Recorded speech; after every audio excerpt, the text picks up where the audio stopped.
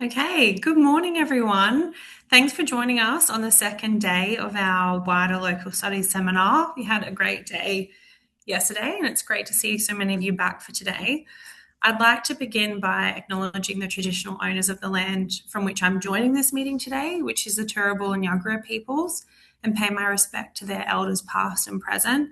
And I would also like to extend this respect to any of our First Nations colleagues who we have joining us here today and to the traditional owners of the lands from which you are all joining. It was nice to see so many people sharing yesterday what country they're joining from. So if you'd like to do that again today in the chat, that would be great. My name's Annabelle Tonkin, and I work in the collection, curation, and engagement team at State Library of Queensland. We're located on Carilpa Point in Meanjin, and it's a bend in the river here that's been a place of gathering, exchange, storytelling, and connection for millennia. We're very proud here at the library to continue this tradition of telling stories and connecting with others. And I'm thrilled to be able to introduce some of my colleagues from the library this morning who'll be able to share some of the work they're doing in the cataloguing space. But before we get into this morning's presentations, I'd just do a few more little housekeeping notes, which is let us know where you're joining from in the chat. You can use the chat to pop in any questions into while speakers are presenting. We do have sadly had some changes to the program. So Rayleigh Lancaster from University of Queensland is no longer able to present, and Stephanie Morton from the State Library of Queensland is also unable to present. However, the silver lining to this does mean that we'll have time for a bit of a longer break and potentially time for questions for our speakers if you have them. So like yesterday, we are recording the presentations, so you will be able to review them afterwards. But we do kindly request that you remain on mute and have your cameras turned off to reduce distractions from the presentations. The other thing I thought I'd mention is that our last session today that we'll finish with will be some open discussion about local studies in general, and this is one that won't be recorded. So it's a great opportunity for us to connect and have open conversation with our peers about any challenges we're facing or things you thought about the presentations that you might like to know more about. So would encourage you to come to that. I'll start now by introducing our first speaker of the day, Rachel Merrick. So Rachel is the lead of metadata here at State Library of Queensland, and we'll be sharing the work we've been doing on reparative and inclusive description practices. So welcome, Rachel. Feel free to start sharing. Thank you. Hello, everybody.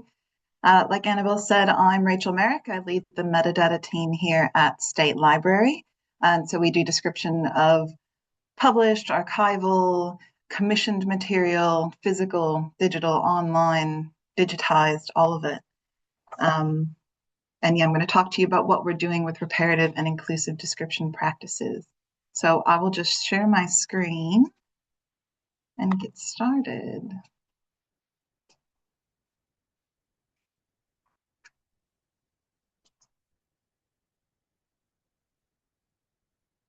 Okay. Everybody see that okay? Confirmation from the room. So I also want to begin by acknowledging the Jagera and Turrbal people as the traditional owners of Meanjin, where I live, work, and where I'm learning today with you all.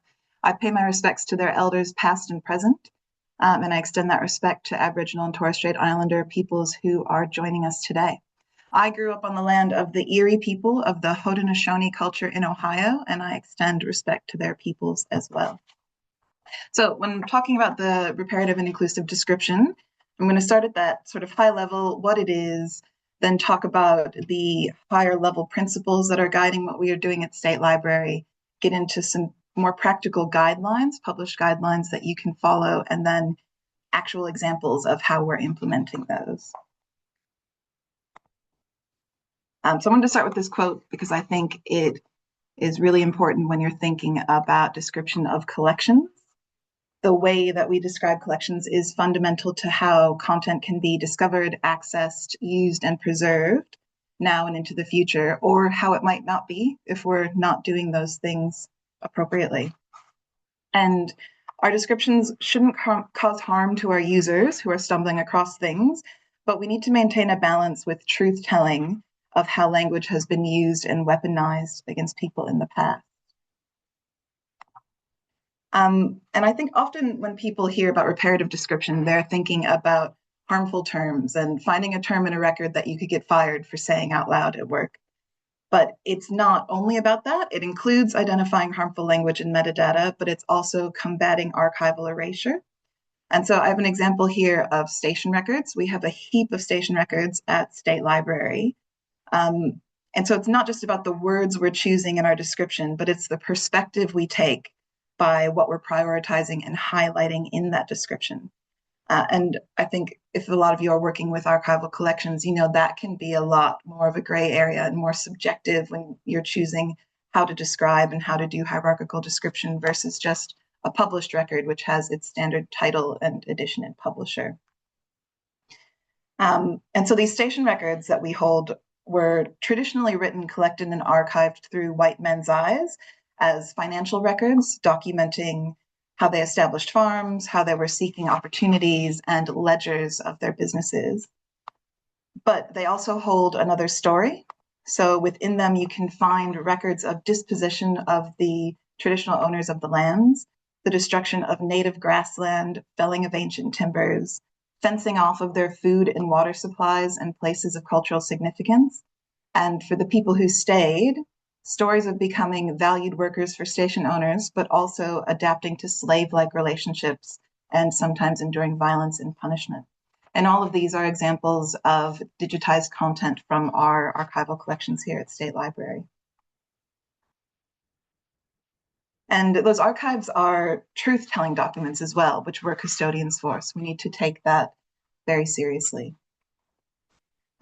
So we developed a new description principles document to guide how we describe collections, and I'm going to go through that with you. It's a higher level public document, so it's that mission and vision of how and why we describe our collections, but it's also explicitly now centering that commitment to reparative description. And noting again, when we talk about reparative description, that is about the perspective and the language we're using in our catalog records to describe the content. It's not about changing what is in the content itself. We're not striking words out of diaries or changing captions on, works of art. This is about how we're describing them for discovery. So the first principle, this is classic for libraries. Content needs to be discoverable. So all the content that we're acquiring needs to have description available at the earliest opportunity to facilitate discovery through our online catalog and other platforms. And this is where we're talking that perfect is the enemy of good, which I have up on my desk at work. And, essentially it means that we need to make sure we can get all of that content discoverable without spending all of our time on one thing. Content is accessible is another classic one. So our users need to clearly see what materials are available online and on site and how and if they can reuse that content. But this is especially important with First Nations content, because just because you see that we hold it at State Library doesn't mean you have permission to access it. So this is the new part. We're explicitly prioritizing and resourcing work to decolonize our collections in the strategic plan. So we want our descriptions to use inclusive language. And the way we're actioning that is that bias and harmful language we've identified in our descriptions is under active repair. And we have a massive catalog, hundreds of thousands, maybe millions of records. So it's not something that you can just do immediately and all at once, but we are prioritizing content that has history and origins in settler colonialism for this reparative description work. And I really like this one. Descriptions have meaning and impact because it's a bit more of a gray area, but it's a useful guide for our catalogers when they're deciding what to include in a description. So when you're deciding if you want to add something, what is that going to give for the user and how is that going to create connections? So we want, yes, a correct record for this thing you're describing, but we also want layers of connected description for titles, names, places, formats, and topics. So for example, if we have a named person in one of the ledgers in a station record, we might also then have photographs of that person. We might have diaries written by them, and we want users to be able to connect out to the network of everything that we hold. Descriptions include appropriate detail. So this is, again, where we talk about that constant of limited resources. Everyone has limited resources, and I'm sure as State Library, we probably have a bit more resources than a lot of people, but it still means if you spend all of your time describing every page in an archive like it's a research project, then there is other content that isn't available at all. So how do you describe how much detail to give to an item that you're describing?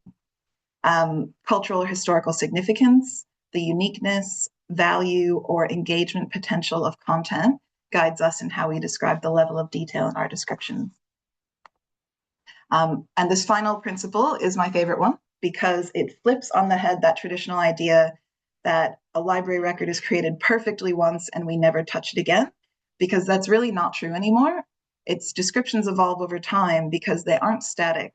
They're these dynamic representations of the content we're custodians of, and it's going to be enhanced, it's going to be amended, and it's going to be updated regularly. That might be by our systems, by our catalogers, and sometimes also by our users, by getting feedback. So we have a little feedback link opportunity on all of our collection records for things that we are keeping in perpetuity, so not links to like subscribed e-resource articles. But I would say that even if you're getting back feedback from users and it's negative or it's correcting what you have in the record, that's actually really positive because it means people are finding and engaging with your collections and helping you improve the descriptions. So I won't read this quote because it's pretty long, but I'll let you read it. I really love this quote, which is why I included it. This is about the concept that descriptions having inclusive language isn't just about repairing old records, but it's also when we're creating new ones. So inclusive cataloging acknowledges that no one is without bias. We all come from different families, homes, regions. We've had different experiences in our lives, and that influences the way we see the world. So when you're dealing with content or describing content that's about people with different lived experiences from your own, how do you address that and how do you stay aware of it? So really, as catalogers, we want to consider in the description who or what is being highlighted and what is being left out. Because again, we're talking about appropriate detail, we're talking about what's adding meaning. So you're making decisions there and what is guiding that for you. And then in the content itself, asking yourself, how is the creator, the context, or the provenance of this thing affected the way it was created? And how might what you put in the description either perpetuate or combat further marginalization that could be happening within the content itself? So that's all really high level. But I want to point you to the NASLA guidelines for First Nations collection description, because that gives you some more practical implementations. These guidelines were written by Tui Raven and commissioned and developed with organizations across Australia. So we have NASLA, National and State Libraries Australasia, IATSIS, which you'll hear me talk about a few times, the Australian Institute for Aboriginal and Torres Strait Islander Studies, Alia Caval Call. Really great work went into this document.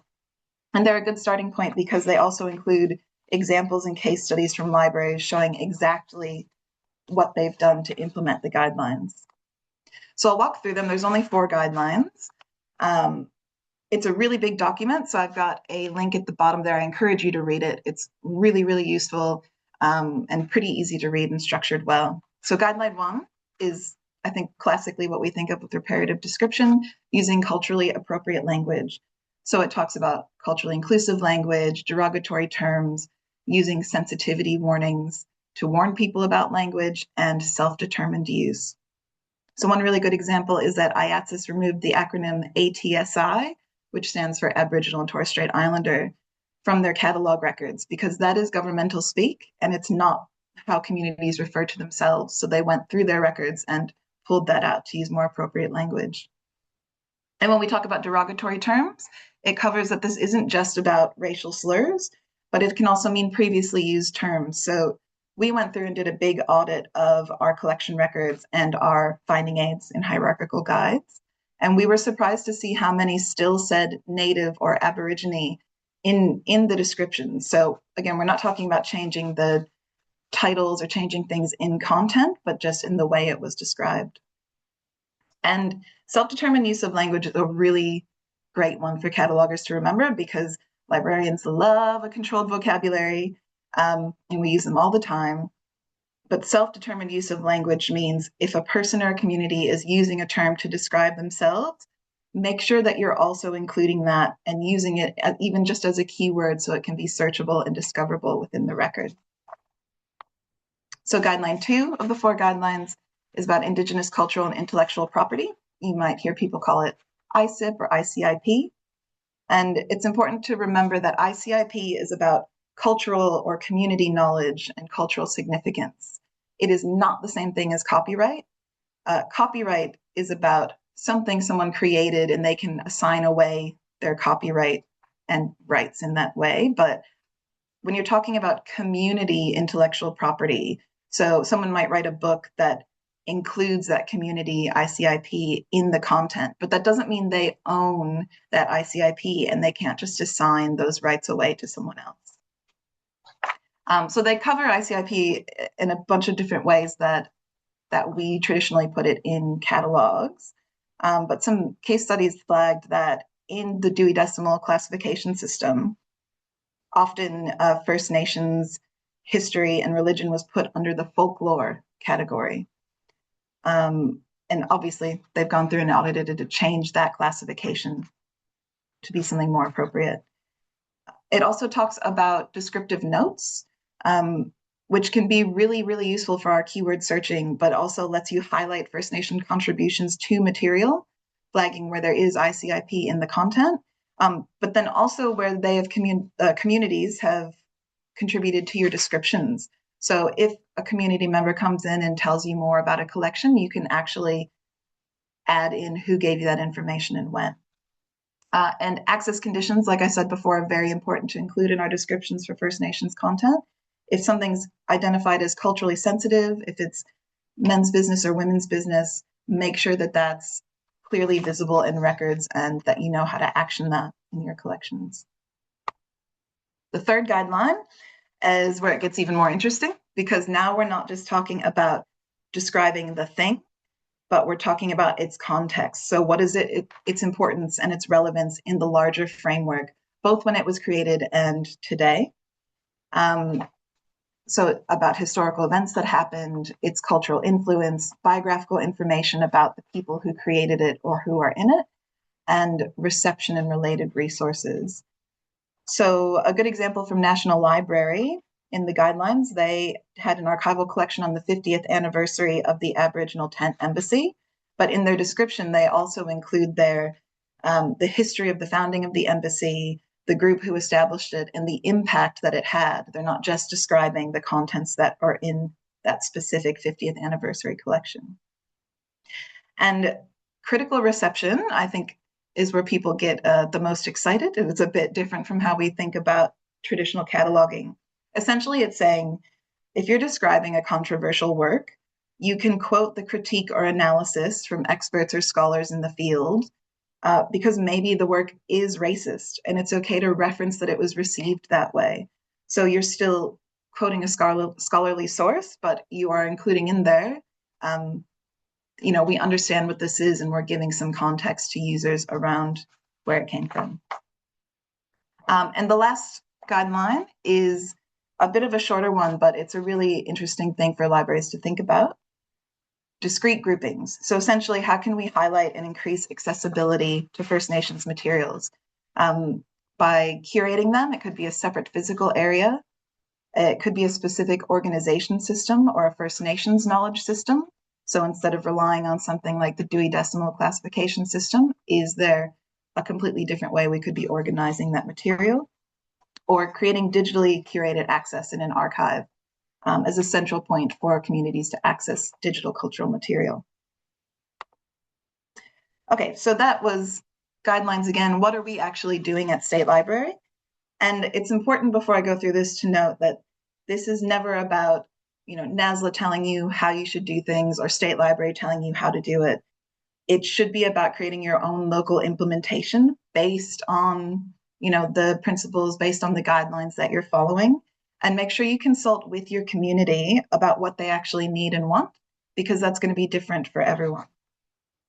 So in the preferred language space, we are using IATSIS vocabularies, controlled vocabularies for First Nations places and subjects, and their OSLANG dataset for First Nations languages and peoples. We are also using the Homosaurus vocabulary for LGBTQIA+ material. And important to remember that reparative description isn't just about First Nations content, it's about any previously mischaracterized community or event, and making sure we're using the terms that they use for themselves in a discoverable way in our catalog. And even though we're using all these controlled vocabularies, keeping in mind in our descriptions that self-determined use of language again. So if an individual or community uses a specific term for themselves that isn't in the IATSIS thesaurus, putting that in the free text description field so that people can find it. We're also adding sensitivity warnings for the content itself in our descriptions. So some examples of what we put in our catalog records now, if there's a photograph album with maybe it has racial slurs in the caption, or a watercolor painting that depicts culturally sensitive material, we're making sure we add those warnings to the record itself so people know before they access the content. For harmful terms, I noted before that we did an audit of our collection records, and we've actually now done that again. So we're aiming to do an annual audit of the harm and bias that we've come across in our catalog records. So it's about balancing, minimizing harm to users who might stumble across one of these identified terms, but also keeping that truth telling by allowing people to still find the information of how language has been used in the past. And at the moment, I have in there all caps catalogers because we're changing that harmful or non-preferred terms we find that were applied by catalogers. We're not changing terms that were applied by creators at this point. So that would be in the title of a published work, or like I said before, in the caption of a photograph. And we're also not getting rid of any information. So we're not changing what's in the content itself, in the materials themselves, and we're not losing the information that we've changed in our catalog record. So in this example, we had a previous description that used the term Aborigines. We changed it, so now in the catalog, it's displaying Aboriginal people, but in the back end, we've maintained that private note of what it used to say so that people can access that for research or their own knowledge.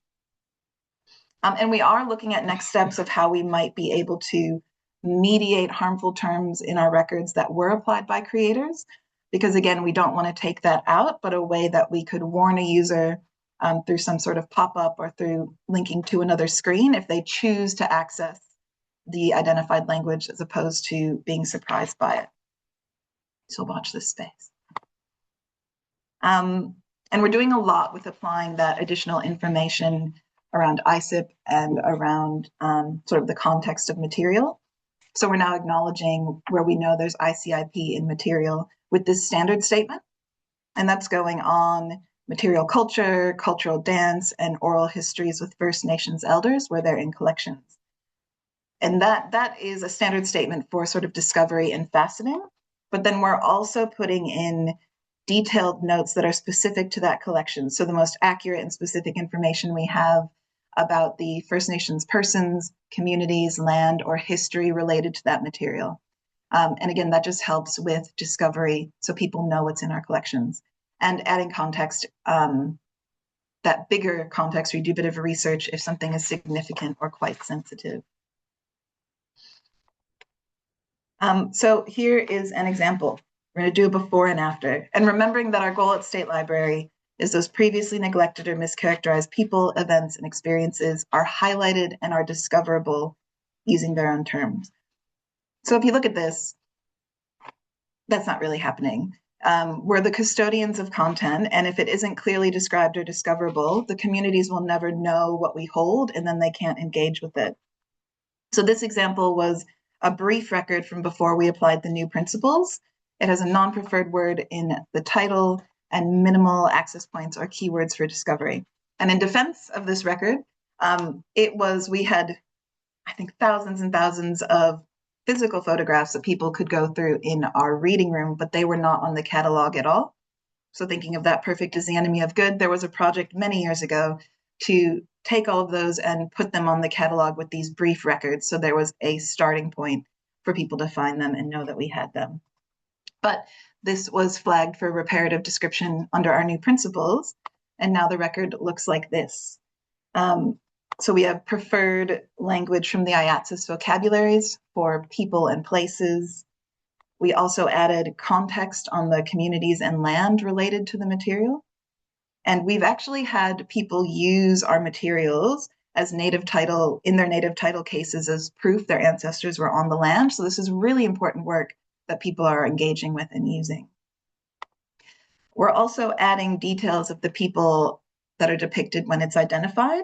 And this has been a fantastic feedback loop for us, because the more information we have in there, the more people are then coming in to look at the materials and tell us when they're identifying more people. So you just keep building when we get that user feedback. And adding those warnings to sensitive content. So in that digital archive space, coming soon, working on implementing this now, is a discrete digital archive called Cultural Connect. So it's to enable First Nations communities to centrally access State Library's First Nations digital collections that we're custodians for: photographs, diaries, films, audio, letters, digital stories, all sorts of material. And it will allow them to contribute knowledge and help strengthen our collection records as well. Users will be able to identify people and places in photos, including actually being able to draw a circle around a face in a photo to identify within the dots of that photo where that person is identified. They can share stories and enrich metadata, and it will help improve the cultural accuracy and integrity of our descriptions. The system is built using Keeping Culture, which is a system created by and for First Nations people. So it reflects First Nations knowledge systems in its information architecture, and cultural protocols guide access and use. So for example, culturally appropriate restrictions can be applied on material for sensitive, secret, and sorry business and other considerations. And then users, when they sign up, can flag whether or not they want to access material that has been flagged with those things, and help us flag things that have not had that restriction applied to them yet. Cultural Connect also supports digital repatriation and data sovereignty. So it will be a pathway for the return of digital cultural materials to communities. So after we've loaded up sort of a curated set of digital content, then to engage with that community so they know what we have and can help use that material. It also upholds Indigenous cultural and intellectual property principles as well. So that was a heap of information, but there is so much more information. Reparative and inclusive description is a huge body of work in Australia, but also internationally. And librarians and catalogers have been doing a lot in this space for many years. This is an interactive visual. So you can use the QR code. You can also use that little bit.ly link to access it. Everything that's underlined there will give you a link to the project, the paper, the report, the findings from that work. And yeah, there's so much you can dig into if you're interested. I was lucky enough to be a part of the Reimagining Descriptive Workflows project through OCLC and the Mellon Foundation. It was a week-long meeting of people from across the world to talk about what's happening in the space, and it was very influential in how we developed our content description principles as well. There's been a heap of work by National and State Libraries Australasia, which you can look at, including those guidelines for First Nations collection description that I walked through. And we also internally at State Library have related internal work to this descriptive work. So document space that guide what we buy, why we buy it, what our commitments are to material, and our First Nations strategy as well. And it's a great opportunity when you think about all of the work in this space and some of those practical things that we've been applying here, how your work can contribute to decolonizing or indigenizing your library or archive. And remembering again that it's not just First Nations collections, but any previously neglected or mischaracterized community. and how can we improve our descriptions and our catalog records so that these communities are described and represented and able to discover the materials we have about them by using their own terms. So that's it. That's it for me. Thanks, everybody. I know it was a lot of information. Thanks so much, Rachel. That was great. I love that quote that you mentioned, that perfect is the enemy of good. And I think that's something that's really relevant to not just cataloguing work, but local studies more broadly, where a lot of the things that people need or want to do, sometimes the road to getting there can take years or be very resource heavy and or have various other challenges. So that's something good for everyone to keep in mind. You don't have to be doing things perfectly or doing things completely. If you're having a good go at it, sometimes that's just enough for now. We've got a few questions. Oh, sorry, you go, Rachel. You do something and it's not perfect, which it's never going to be. It's okay to just take on feedback and then say, yep, we'll do it differently. Thank you for that. It's not the end of the world to get something imperfect, but it's really bad to do nothing because you're not. 100%. And it's never going to be perfect when you first start either. So I've got but there's a few questions coming in the chat and lots of thanks as well. So Tennille Howard has asked, hi Rachel, which field would you put the ICIP acknowledgement in that cataloguing section? At the moment, we just have it in a 500 general note, but we're actually working to move it into a 59X specific local note field, but that will still display to the public, but then that to try and put that in for better display in our catalog. So we could have little tags that show up in the brief results or facets that can be used in a more automated way. So that's the path we're moving toward, hopefully within the next year.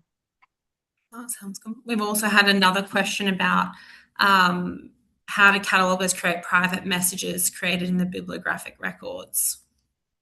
So that is a private local note. So something that won't show up in the front end of the catalog, but it sits there on the record and anyone who opens it will be able to see that. And our system, we use Alma as our library management system. It has reporting, so we can choose to index specific fields to be able to see what notes are there and if we want to do something in a more bulk way with those. Okay. Thank you. We have so many compliments coming through as well. Barbara says, Kia ora, Rachel. How do you manage Indigenous data sovereignty and assess? How does Cultural Connect assess work? That's a good question. Big question. Yeah. I think so. We're a very big organization. So we have a lot of different teams that are working together in this sort of collections life cycle. So we have a Queensland memory team that does a lot of the selection and engagement of material. And when they're acquiring materials, they would be having conversations with the creators. Actually, Lisa will be doing a talk about a First Nations collection that will touch on some of this of, maintaining that ICIP and data sovereignty rights. We also have workflows because we have so much, we call it legacy, but stuff that's been here a really long time. And when Corinne's team will talk about pulling things out of the repository and then, discovering things in there that had not been described in detail before, and how do you go through those workflows? And that's where it gets a little bit harder. I believe we're looking at internally having a sort of strategy working group to be able to assess how do we identify ICIP issues and move forward with those? I would encourage you, I put on the slide, maybe I'll share again and go back to it. There's an email, a Cultural Connect email available because it's not live yet, but can I go backwards in here? You can email to ask, and they will give you a much better explanation of how we're working on that with Indigenous data sovereignty. I've been helping out in terms of, setting up the metadata loads and all of those pieces, but that's more about our descriptive metadata and not as much about the Indigenous data sovereignty side of it. So yeah, I'll parse that off and say, if you can send us an email to Cultural Connect, and I can discuss with the people working on that to give you a full answer. Yeah, absolutely. I think that's mostly it for questions. Most people just saying thank you. Meredith said she's found the research done by Dr. Kirsten Thorpe very helpful in this space as well. We definitely have too with a lot of our ISIP work that's been going on. I think we refer back to them a fair bit. If there's any other questions for Rachel that you think about or you come back to later, feel free to get in touch. And yeah, I'm sure she'll be happy to answer any other ones. And feel free to pop them in the chat as well. That was great. As Rachel mentioned, one of our next few speakers are also from State Library in the metadata team, and we'll be able to talk about some of the things Rachel touched on as well. And so I'd like to welcome our next speaker, which is Corinne Dunbar, who is going to speak to us about the retrospective description unit and how they work with legacy materials. So welcome, Corinne. If you have any questions that come up for Corinne during the presentation, please pop them in the chat and we should be able to have time to get to them shortly. Thanks.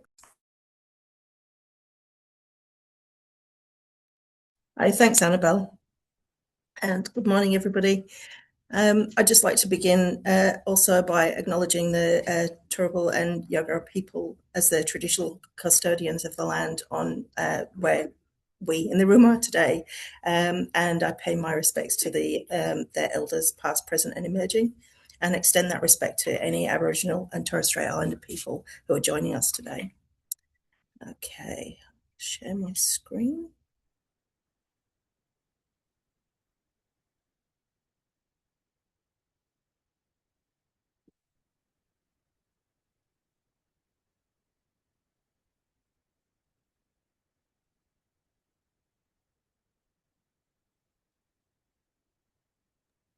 It's okay if it takes a minute, Corinne. We had some slowness with tech yesterday, so we're all happy to just wait. Okay. Can you see my screen now? Can you hear me? Yeah. Okay, great. So my name is Corinne Dunbar, as you would already know. So I'm going to talk today about my team, which is the retrospective description team, and how we work with legacy materials and legacy descriptions to enhance the description and rearrange the collections. So who are we? So the retrospective description team, we're one of two description teams in metadata. We work with Rachel, who you just heard speaking. And so obviously at the State Library of Queensland. The contemporary description team is the other description team. They handle new acquisitions, whereas the retrospective team handle anything that's already in the collection. So legacy materials that have been sitting in our system for years, described under different rules with very different assumptions about what good description looks like. And it's our job to go back in and hopefully improve that, make it better, make it more accessible. So the team was formed about 8 years ago, initially to tackle backlogs of published materials and particularly maps. We had a huge collection of maps that had never been processed. So the focus since then has shifted a bit as major backlogs have been cleared and our work has become much more deliberate and guided by State Library's content strategy and by our own description and reparative principles. So our work is particularly targeted at identifying collections with First Nations content that's been under-described or described through a very particular lens. So these collections include items that were collected and catalogued through a traditionally white European perspective. And often we find these collections contain many references to Aboriginal and Torres Strait Islander people and communities who've never been named. Who've never been named, never given visibility in the catalogue for those collections, and we're aiming to improve that. So our work spans 5 core activities, and that's systematic enhancement of existing catalogue records and collection guides, which are finding aids, physical arrangement of disordered collections, revision of descriptions containing outdated, harmful, or inaccurate language, application of controlled vocabularies and authority records, and research-based enhancement to provide greater historical and cultural context to the collection material.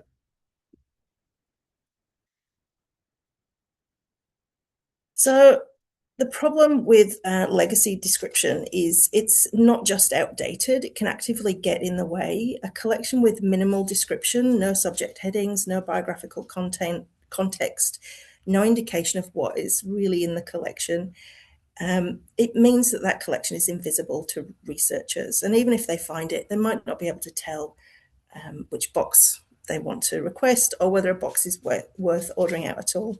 And that's one of our central challenges. Most of the time, we don't know what's in the box either. So a significant part of this work is simply finding out what's in the box. So we identify collections needing attention through several channels. Specific types of collections are targeted, and these include records of pastoral stations, missions and churches, things like war diaries, voyage and personal diaries, collections relating to significant businesses and significant families, and photographic, film and oral history collections are also captured in that space. We've got a long-standing volunteer project that focuses on identifying First Nations content within pastoral station records. And we've got really experienced volunteers who physically work through selected collections which have been identified by the project team leader, and they record what they find, providing that information that will be needed to make informed decisions about priority and approach to the new description for those collections. So far, about 300 collections containing station records have been surveyed in that project. So staff from other teams can also nominate records for enhancement, which brings a different idea and different perspective. That can often be in response to client usage, which is a really great way of prioritizing some of the work. But we do maintain our own system of prioritization of what we're going to be working on.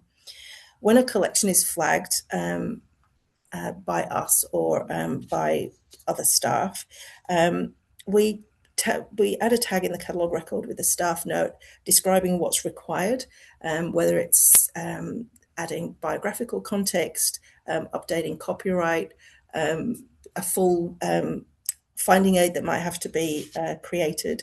So we just make a note of that, knowing that we might just have to come back to it. Not everything can get done as you find it. So we use that as a way of tracking the work that is to be done and eventually the work that is completed, because we retain those notes. So we've got a history of what work has happened.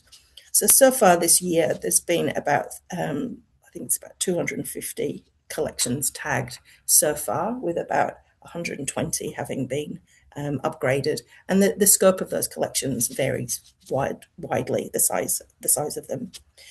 So there's also an element of chance with what collections we work on. So working on one collection, you might notice something in the same box and work through all of those collections as well. And it's treated as a legitimate part of the process and not as a distraction, although it can be distracting sometimes. You go down a bit of a rabbit hole, but it can be very rewarding. So we also look at collections that are scheduled for digitization or exhibition. They're also reviewed, as we want redescription to ideally happen in advance of any of those activities. In terms of what we prioritize, First Nations content is always first, and then other key subjects aligned with our collection guidelines. So LGBTQ plus content, migrant communities, the armed services experience, developing Queensland. So they're all things that are in our content guidelines. After that, we consider the usage on the basis that better description more directly improves the user experience and reduces staff burden. And accessibility and preservation needs can also influence what gets attention. We have had one project which was looking at what are the most widely used collections, and then conversely, what are collections that have never been used, and using that as a way to target and looking at collections that we've redescribed, do they get any usage after we've done the description? So that's kind of a work in progress, but it'll be interesting to see how that bears out over the next couple of years. So what does the work actually look like? So once the collection's identified and assessed, the process of retrospective description often means going right back to the start, surveying the collection, creating an inventory, looking back at what the original accession paperwork was. It's often laying out the whole collection to understand the scope, the existing arrangement. It's quite like detective work. You're establishing who the key players are, who are the main culprits, I suppose, in the collection, who's represented, when, where, and why the material exists or why it came to us. So significance to Queensland is another driver. And the significance isn't always obvious. So sometimes you have to dig it out with a bit of research. So legacy descriptions frequently offer quite rudimentary information, and creation of advanced scope notes address activities and functions documented, subjects, the individuals, the organisations, the geographic places represented, the type of records, and the significant items or series within the collections. And the aim is to explain why the material matters in our collection and to tell the story of that collection, not just to describe what it physically is, but to lay a trail of breadcrumbs for the future researchers. We don't see it as our job to do all the research on a collection. We just want to do enough that we can provide insight into those collections and make the description more meaningful so people can assess the usage. Where complexity warrants it, the team create collection guides or finding aids built from the inventory work done at the survey stage, but then greatly enhanced and expanded. And these more complete and complex descriptions are one of the primary outputs of the team's enhancement work. So a concrete example, which Rachel did touch on briefly in her presentation, is our pastoral station collections, which can be enormous. So there might be dozens of boxes and hundreds or thousands of items, and we can't describe every item, but we can ensure what's significant within that high-level description is clearly flagged. So many of these collections contain things like wages books, and within those wages books are named people, often Aboriginal or Torres Strait Islander people who lived and worked in that place. And instead of only recording the description of something like financial records 1890 to 1940, we might instead list the names of the workers found in those books, or at least add a note to indicate that there are names included in the record. It sounds like a small change, but for a family historian trying to confirm that their family member lived or worked on that place, it could be everything. So another thing that we do is, instead of just providing the history of the station, the owners or the settlers, which has traditionally been how those collections have been described, when these collections do reference First Nation lands or communities, we include that information about the traditional owners and place names in the record as well, and not just a generic mention that the Aboriginal people or land are mentioned. So legacy descriptions typically lack extensive subject headings, name authorities, and geographic or genre terms. So where applicable, we apply controlled vocabularies. We use IATSIS headings, particularly for Aboriginal and Torres Strait Islander content, LCSH and local authorities, etc., the usual.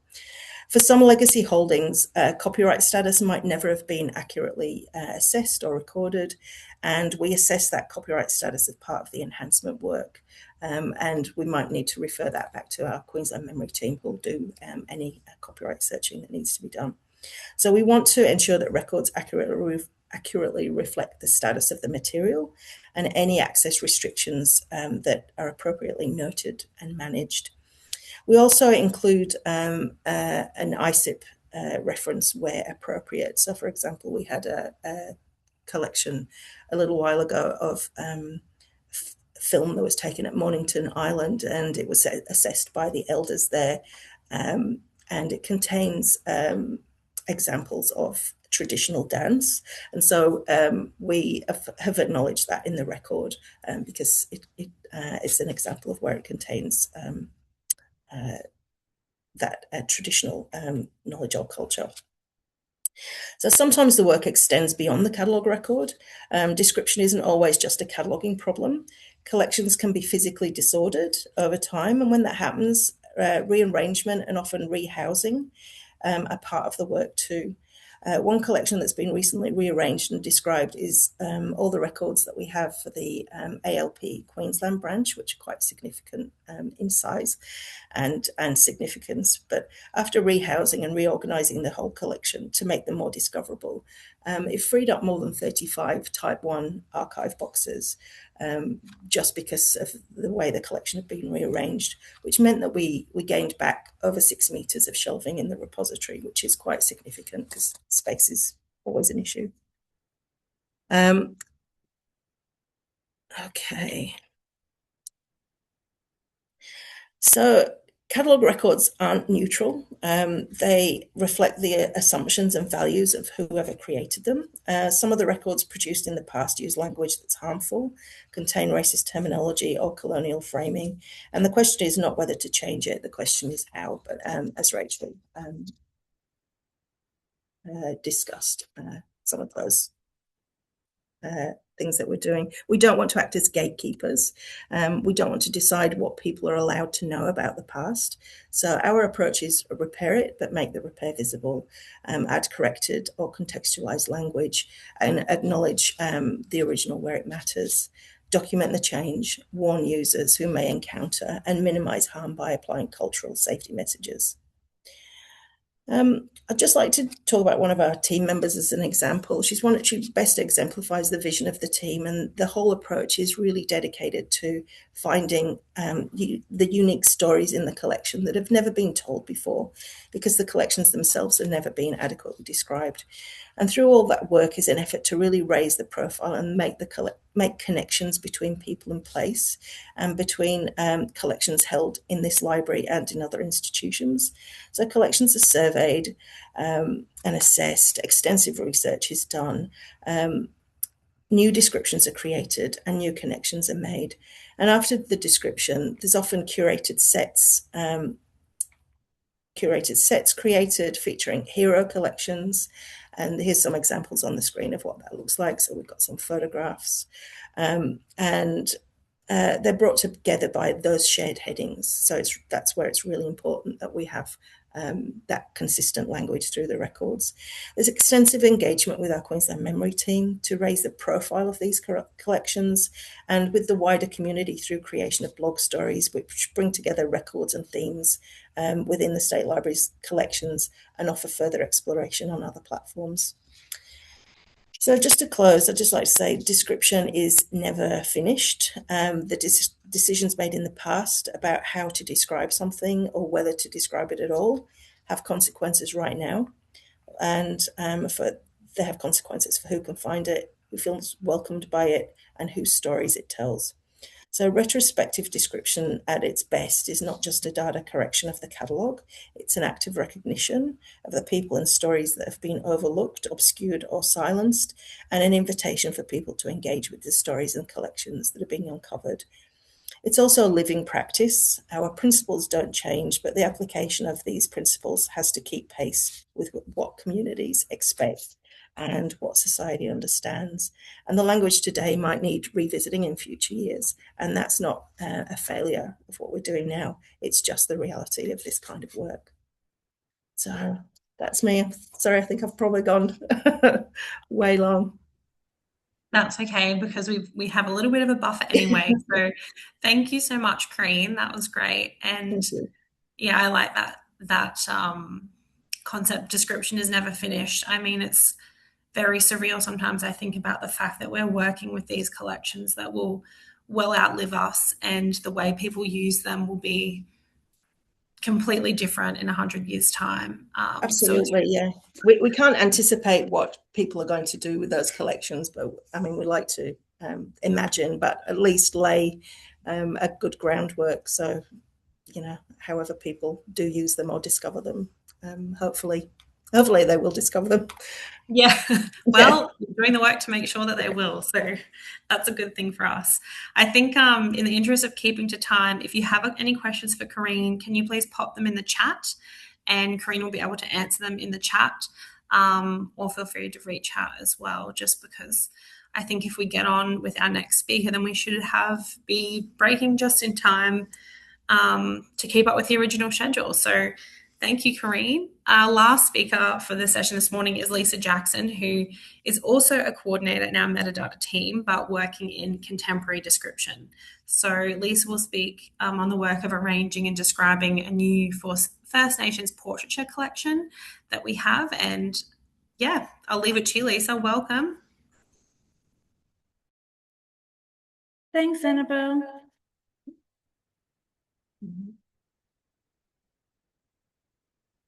Is that better? Yeah. Yep, great. Okay. Thanks, Annabelle. I also would like to acknowledge the Turrbal and Yagara people, the traditional owners here at Kurupa Point, and pay respects to their elders past and present, and extend that respect to all First Nations people and colleagues in this webinar today. I will. Ooh.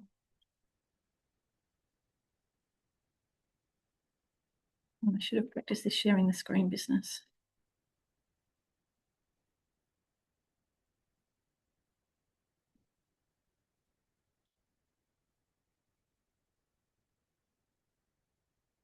Does that work? Yeah.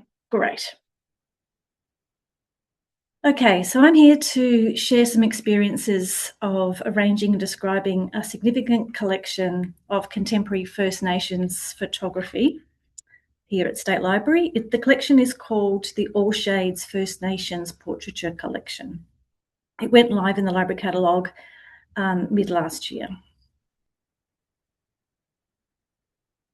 So I'm going to show you some really beautiful photographs from this collection. All Shades came to be part of the State Library collection because of a long-term relationship State Library has with the photographer, Camille Royman, Dean Safran. State Library has collected or commissioned many Dean Safran collections over the years, and there was great interest when he first pitched this collection to our selectors in 2024. He first proposed this project to complement some works that were commissioned by the library around COVID-19 in 2020, when a whole bunch of photographers travelled around Queensland to document the experience of ordinary Queenslanders to the pandemic. That collection is called The Way We Live Now, and it includes hundreds of photographs and digital stories from the 6 photographers. Unfortunately, because Aboriginal communities were closed during that time, during the pandemic, the experience of Aboriginal and Torres Strait Islander people were not collected at that time as part of that project. And the idea of the All Shades project began to ferment for Dean as a way to document the lives of a diverse range of First Nations Queenslanders in the places and in the contexts that were important to them. So Dean was commissioned to provide approximately 50 collaborative portraits of First Nations people, plus additional photographs to provide context to the portraits. His brief was to select people from as far across the state as possible and to choose a broad representation of Aboriginal and Torres Strait Islander people, young and old, men and women, and from a variety of occupations, circumstances, and life experiences. So in Dean's words, this is how he conceptualised this collection. This collection aims to shed light on the diverse and rich tapestry of First Nations people. It will serve as a platform to highlight that First Nations wisdom comes in all shades of colour, thereby debunking a popular misconception. He envisages this collection as a means to spark crucial conversations and to provide a soft entry space for education and to simultaneously contribute to the healing process of First Nations individuals. It's quite a grand vision.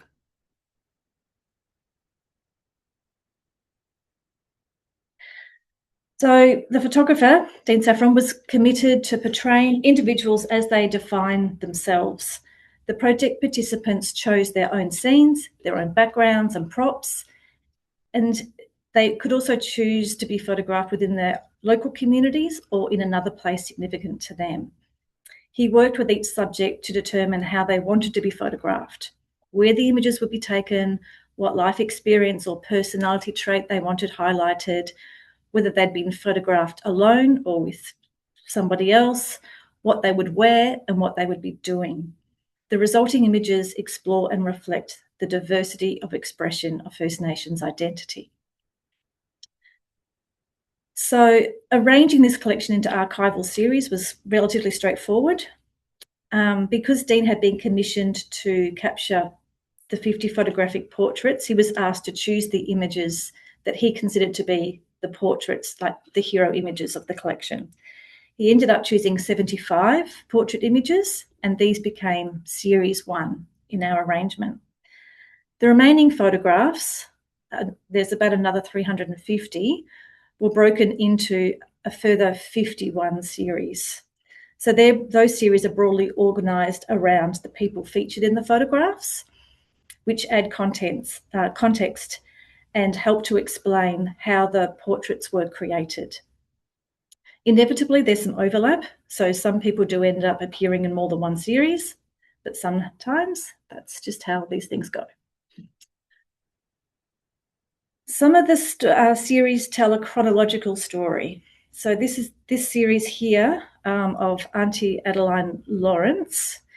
There's about 10 photos, I think, in this series, and they describe her hunting for a turtle around Kawanyama, and then she cleans it and cooks it up. I don't think there's images of her actually eating it, but it comes close. Other collections capture people doing their favourite activities. This is Tia Pittman going for a skate at the Sunshine Coast, Aaron Gregory dressed as Michael Jackson at home in Kawanyama, Kabadana Browning with her surfboard at Noosa, and Wayne Werman and his muscle car at Cloncurry.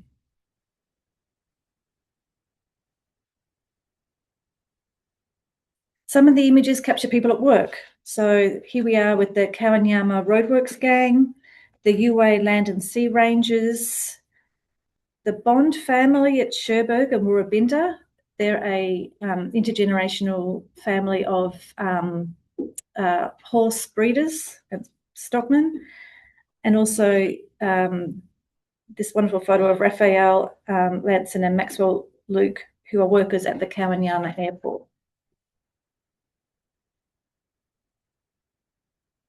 Other photographs highlight connection to country.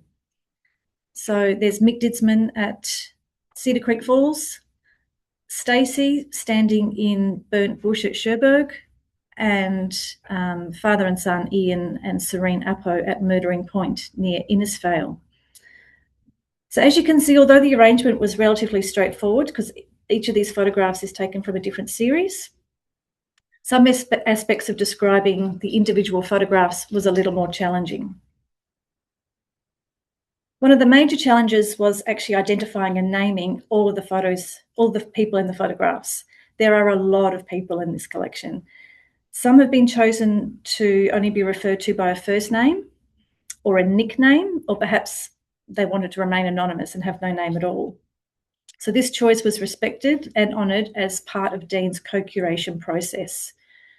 Some names had spelling variations between the various information sources and the metadata provided to us and the permission forms. And some of the more remote locations were pretty hard to pin down. Dean really did go off track to find these photographs, and some of these places didn't appear on maps and were hard to locate, such as Yagara Station. It took me a long time to find this one. So solving these questions meant going back to the photographer several times for clarification. And in some instances, it was important to rely on the information supplied by the photographer to convey the nuance of what the participant wanted to portray in the image. So, for example, this image of Mandy Browning with her hair floating in the water she's actually floating in a lake, which is a sacred lake to her people. I didn't actually understand that she was floating for a while. I needed the supporting information to kind of understand that she was in the water. But it really is, once you understand that, it's a beautiful image. There's also Ralph Chambers here. He's in his bedroom reading a book, but it turns out it's a Bible and it's covered in Aboriginal motifs. And Bruce Simpson, who's the mayor of Cherbourg, he's got a background as an actor and a performer, and he chose to be photographed in the concert hall of QPAC here in Brisbane. So that's a great series of photographs of him on the stage.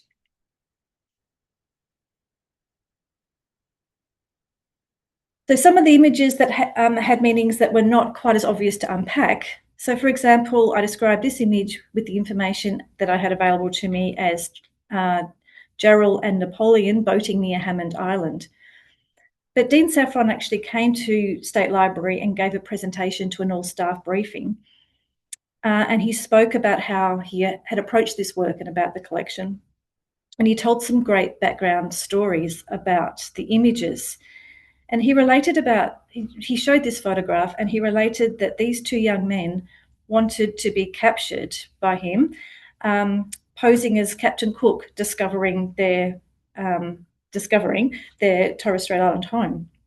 So that explanation gives a whole new layer of meaning to this image. So I did go back and add a note to the image record to reflect that story. So him sharing that also led to this image being used on the State Library blog about naval surveys, because it's a great backstory about what these kids were doing. At the same staff briefing, Dean spoke about his practice and his personal commitment to collaboration and co-creation with his participants. He sees this work as containing the Indigenous cultural and intellectual property rights of each of the participants, not just his own ISIP and copyright protections as the photographer. So this led to a lot of behind-the-scenes conversations about how we can accommodate those ideas and those concepts into Markfields. And we had subsequent conversations with Dean to make sure that we were adequately reflecting his ideas about ISIP and copyright. It's complex for the library to manage access rights and permissions of material where the individuals involved in the copyright arrangements, sometimes in this collection, they're only identified by a first name or a nickname. We don't necessarily have the contact details of everybody involved in the collection. So the result is there are a lot of staff notes in these records, so these rights can be understood and applied into the future. Hopefully less work for Corrine's reparative description team in the future. This is an area where cultural institutions really do need to listen, learn, and adapt practice. Of course, as cataloguers, we do the best we can with the information that we have to be sensitive and thoughtful in our descriptive practice, and to always think critically about context, representation, and language. Describing the All Shades collection was an excellent reminder that we also have to accept that the work is not ever complete, and that new information can lead to a rethinking or a reframing of collection material, and that systems and practices need to be adaptable and responsive to an ever-evolving landscape. Thanks, Annabelle. Thanks, Lisa. It's a really beautiful collection, and one that I think will have a lot of use in the future of the library. It's a great one. If anyone has any questions for Lisa, feel free to just put them in the chat or send through an email. Lots of positive feedback is coming through saying thanks so much. I'd just like to thank all of our presenters from State Library of Queensland this morning for their perspectives on cataloguing. There was a lot of love for cataloguers coming through the chat, and it was a theme we decided on quite early for the seminar, as we found across the states there's a lot of interest in how collections are being catalogued at the moment. We'll just take a quick break for lunch. If you can please rejoin by around 1:15 p.m. For our next session, which will focus on collecting stories from people who are culturally and linguistically diverse, and it will be chaired by Michael from New South Wales. Thanks so much again to all our speakers, and thanks everyone. We'll see you soon.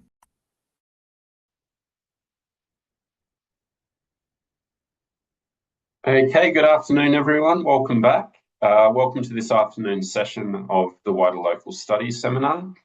I'm Michael Adams from the State Library of New South Wales, and I'm on unceded Gadigal land today. I acknowledge the Gadigal people as the traditional custodians of this land and acknowledge elders past and present. And I'll extend that acknowledgement to the traditional custodians of the many lands where those online today live and work throughout Australia and across to Aotearoa, New Zealand. So this has been a really fantastic couple of days. I'd like to thank the speakers we've heard from already. There's some really inspiring and remarkable work going on in local studies at the moment. And this afternoon, we're going to keep that going with 5 speakers discussing a range of innovative local studies projects. And this session will then be followed by a break leading up to the discussion session from 3 p.m. So as I introduce our first presenter, I'll remind everyone to keep the questions and conversation going in the chat. And with that, I'll hand it over to Sandra to tell us about an oral history project from Albury, New South Wales.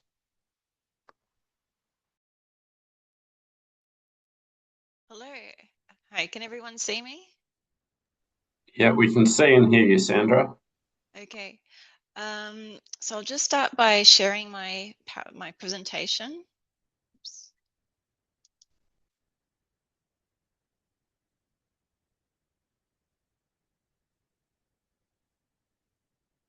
Okay. So can everyone see that? Yes, we can. Okay, perfect. So hello.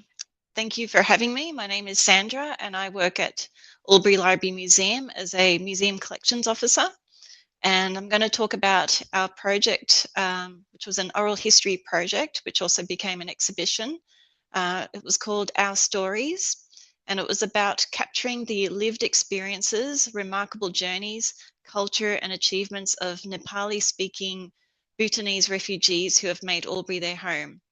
And I'll cover how the project developed and what we learned. I'll start with some background information. The Albury Library Museum was the first combined facility of its kind in Australia, and it opened in July 2007. There's 4 main teams who work at the Library Museum. There's the customer experience team, learning and outreach, information and library collections team, and the museum team. And on this project, people from the Learning and Outreach and the Museum team both collaborated on this project. And the image that you see on your screen there, that's the Albury Library Museum in the centre of town. And we also have another branch at Lavington, which is in the northern suburb of Albury. So we have two branches. A little bit about Albury. So Albury is a major regional city located on the New South Wales side of the Murray River, with Wodonga on the other side of the border. It has a population of around 56,000 people. Since 2009, Albury has become one of the largest resettlement areas for Nepali-speaking Bhutanese refugees in regional Australia. And according to the 2021 census, Nepali is the language most spoken at home after English in the Albury City local government area. So that just goes to show what a resettlement area this has become for Nepali-speaking Bhutanese refugees.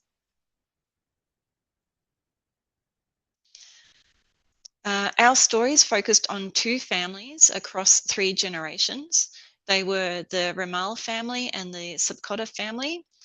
These are 2 exhibition panels that featured the family members.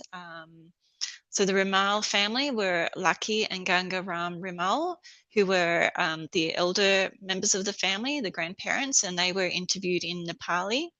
And then there was Radhika and Durga Ramal, and their 2 young daughters, Robina and Rowena. And there was also the Sapkota family, which included the elder grandmother, Naramaya Sapkota, And she was actually interviewed in Nepali by her granddaughter, and it's a lovely interview. Her granddaughter Lakshmi.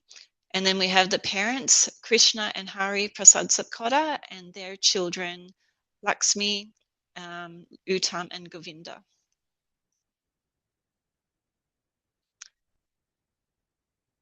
Just a little bit about our collection. The Albury City Museum and Social History collection tells the stories of Albury and the surrounding region and contains over 34,000 images, objects, documents, textiles, audio and audiovisual items.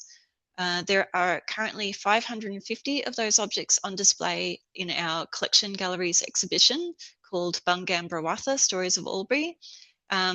This was recently redeveloped and it was previously called Crossing Place. So the museum attempts to tell the stories of how this community has developed and changed over time. We have significant content relating to First Nations people, European colonial settlement, Chinese, Lebanese, and German migration across towards the end of the colonial period, and post-World War II European migration.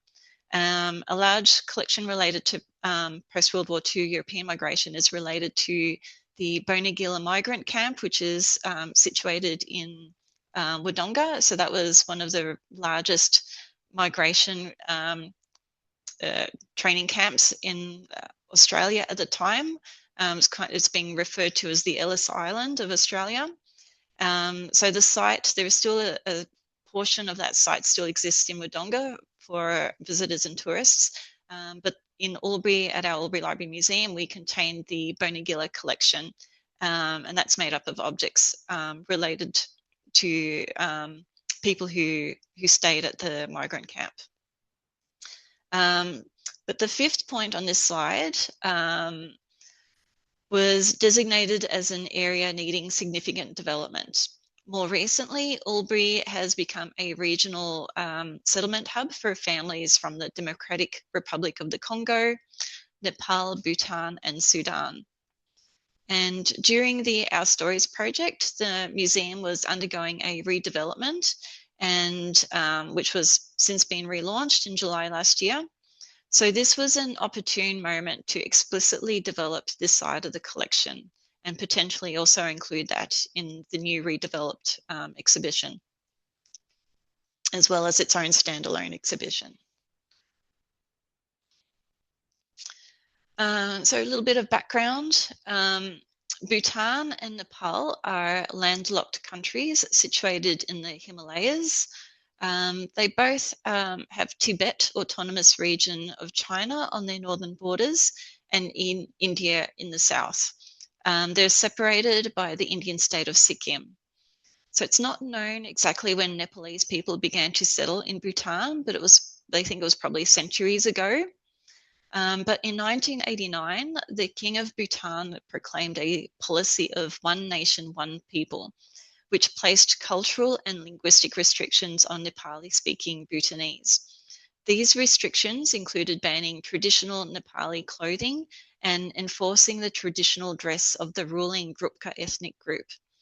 The Nepali language was outlawed and children were banned from learning it at school. In the 1990s, the Bhutan government began a regime of ethnic cleansing by violently expelling more than 100,000 people of Nepalese origin, many of whom had been living in Bhutan as citizens.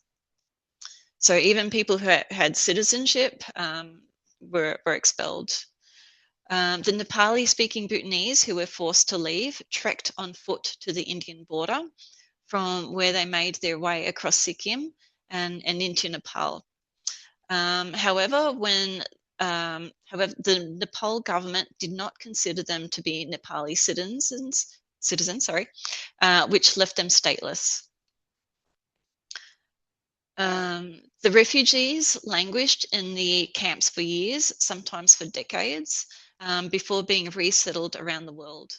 Most were sent to the United States, and others settled in Australia, Canada, Denmark, the Netherlands, New Zealand, Norway, and Britain. It's common for 3 generations of a family to settle together, and each generation has unique experiences and needs. The older members of the families that we interviewed all spoke of these experiences and their memories of Bhutan before they were forced to leave, and of their time in the refugee camps in Nepal. Some of the younger family members didn't remember Bhutan, but they recall their experiences in the Nepali refugee camps, and some were born in Australia.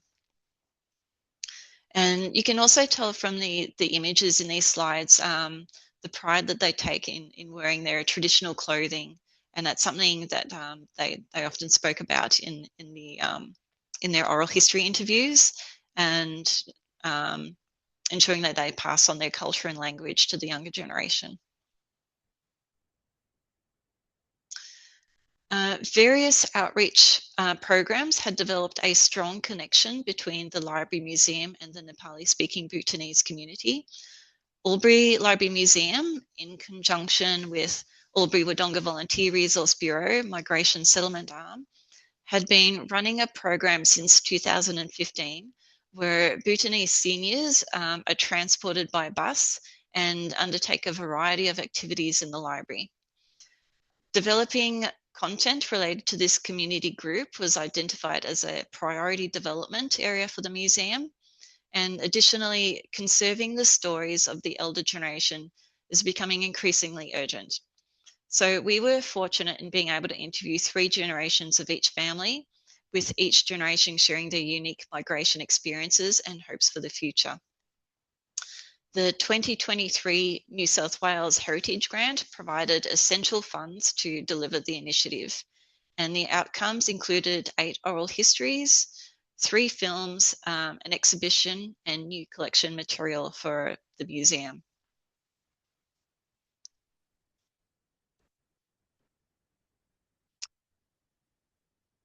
I think I skipped a slide, no. Yes, so these 2 photographs show members of the community visiting the Library Museum for a program run in partnership with the Volunteer Resource Bureau. The sessions involved simple social activities such as playing cards, colouring mandalas, and sharing coffee and conversation. Regular attendance at the Library Museum for this program helped to increase the visibility of the group within the wider community.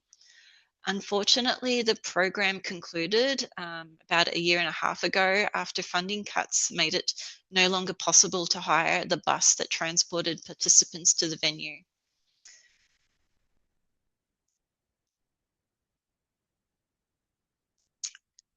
So in the beginning, we partnered with the Volunteer Resource Bureau to liaise with the community. Members of the community were invited to a meet and greet evening at the Library Museum to present the idea of the oral history project and to give a translated guided tour of the museum. Some families expressed interest in participating, and this was followed with an extended meeting with each family to consult and build our understanding of their experiences. External contractors engaged were a professional oral historian, filmmaker, exhibition designer, and translator. And interviews were conducted in family homes, and families were given the opportunity to review their transcripts. The translator commissioned was also a local member of the community. This slide, the same images that were in the previous slide, but they're just a bit bigger. This slide shows images from the meet and greet evening at the Library Museum. You can see that the original working title of the project was Bhutan, Australia, Albury. And on the right, you can see the members of the community exploring the museum.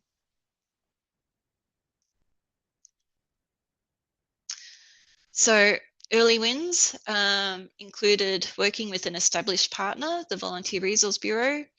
We had a community member championing the project, Durga Rimal, who was one of the also one of the interviewees. He's also very active. He does a lot of volunteer work within his community. We had the community meet and greet, followed by extended meeting with each family to consult and build our understanding of their experiences. And we had a local filmmaker with experience working with culturally and linguistically diverse communities, and that was Helen Newman of Nomad Films. Some challenges and learnings included getting all parties in the same place at the same time. Some of the older children in the Subcotta family were away at university, so some of them were interviewed and photographed on separate visits, and that meant we'd have to return to the family home more than once. The exhibition scope and community representation. We had a lot of content from the oral history interviews to work with, and we had to select what would be used in the exhibition.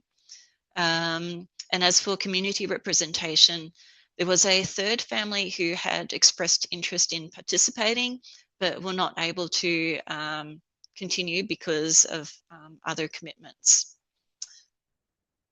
And at the start of the project, we had a different coordinator or team leader for the learning and outreach team. So they were replaced by another person, and also one of the community liaisons in the Volunteer Resource Bureau left Albury and moved to Melbourne. So we had some internal staffing changes and also the community liaison relocating.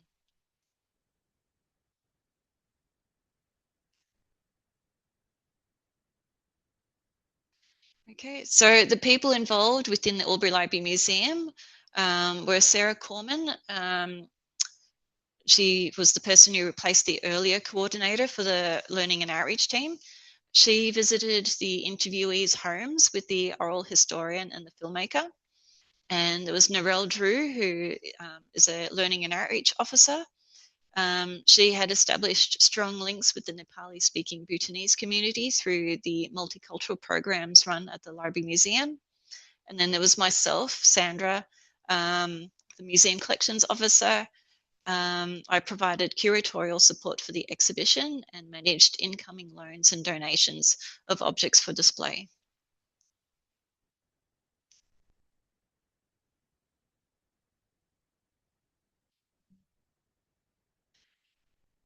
The process involved interviews, filming, transcription, translation, film editing, and exhibition planning and design. Family members were able to review their transcripts. AI audio transcription helped streamline part of the process for English content. I'm not sure which AI audio transcription tool that was. I think it may have been Dictate or Transcribe feature in Microsoft Word, which is a free feature, which I've heard other people recommend using as well.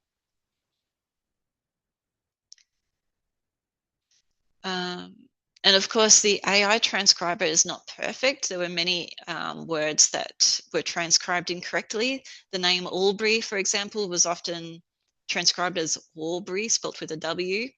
And sometimes it can be difficult to transcribe correctly people with an accent. So English transcript editing was done by Sarah, Narelle, and myself. We divided up the transcripts between us and edited any errors that the AI transcriber had made.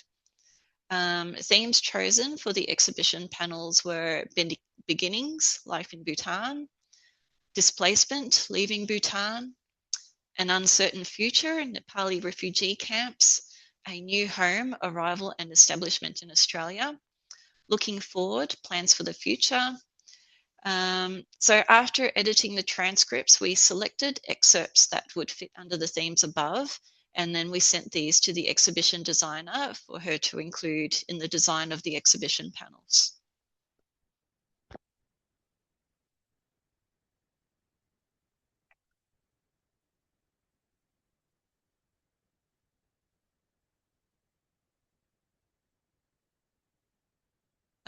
Most of the interviews were spoken in English, while the elder members were interviewed in Nepali.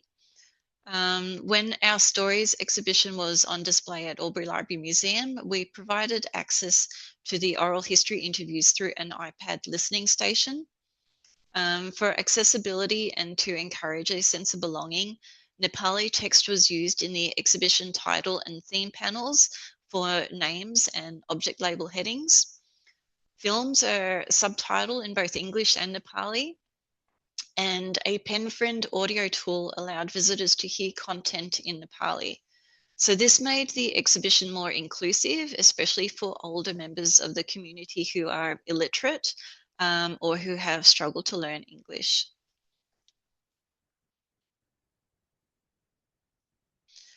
This is an image of the iPad listening station. Visitors could select the Ramal family or the Subcotta family and then select which interview they wanted to listen to.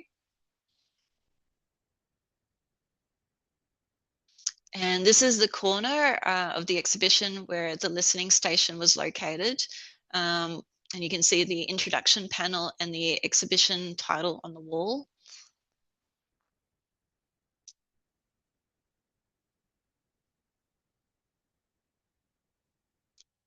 And this is one of the walls in the exhibition.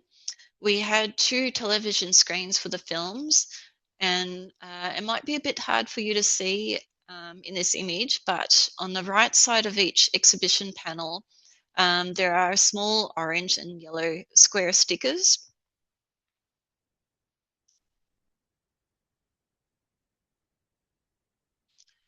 And this is another theme panel that was on display with the orange and yellow sticker on the side.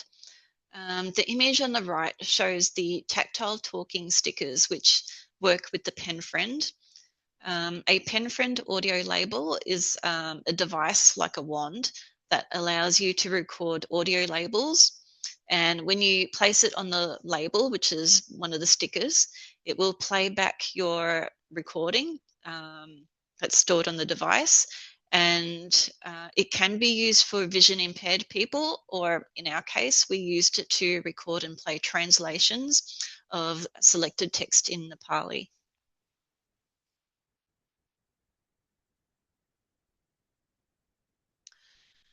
During the exhibition installation, community members attending the regular multicultural cards and coffee program at the Library Museum assisted by dressing a mannequin in a traditional sari loaned for display. And this is another wonderful example of community involvement in the project. So there you can see the group visiting the Library Museum for the multicultural program, and just behind them you can see the mannequin dressed in the sari, and the image on the right is the mannequin in the exhibition. Next to the mannequin there's a plinth with another small display with a hat, a toppy hat, which was also loaned for display.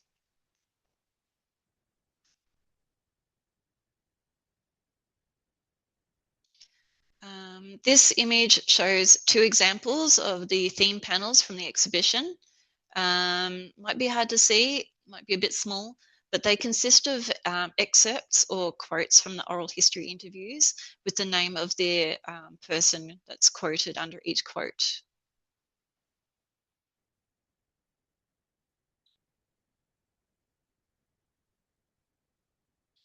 When the physical exhibition closed, an exhibition website was created featuring the oral histories and transcripts, films, theme panels as downloadable PDF, and a 3D walkthrough of the original exhibition. The oral histories and their recordings can also be, sorry, I've just lost my space. The oral histories and their recordings can also be found on the online museum catalogue, along with films, images, and objects acquired during the project. Some of the material collected in this project was used in the development for the new collection gallery as well. So that's some objects are now in Bungambaratha Stories of Albury, which opened last year.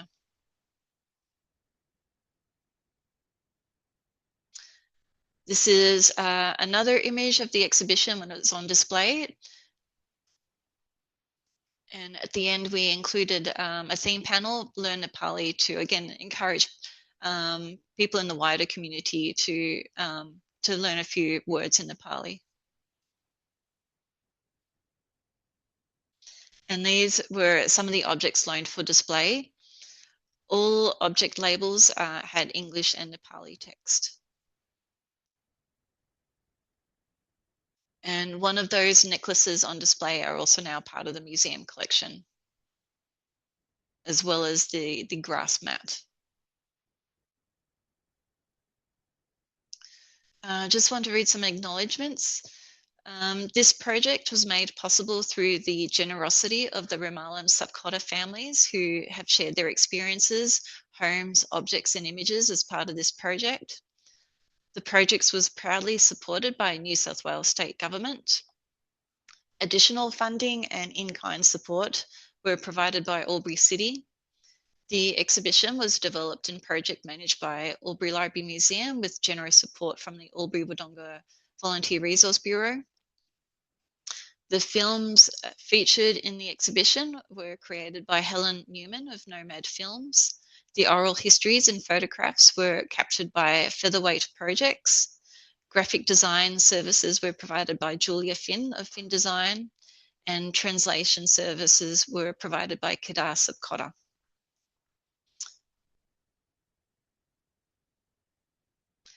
Thank you.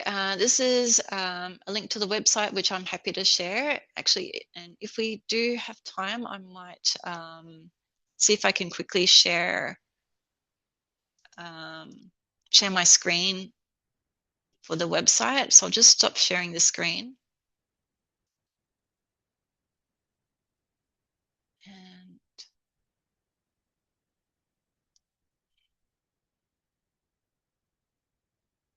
I'll try and share again.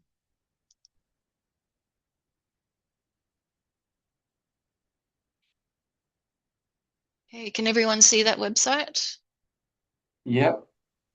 So this is on the Albury City Council website. If you go to the Albury City Council website, you can use the search function up here and just search for Our Stories, and that will take you, you'll be able to find the link more easily. So this is where we've uploaded the 3 documentary films. You can also download the exhibition panels as PDF file. And we also have the oral history interviews, which you can listen online as well. And you can also read the transcripts as PDF files too.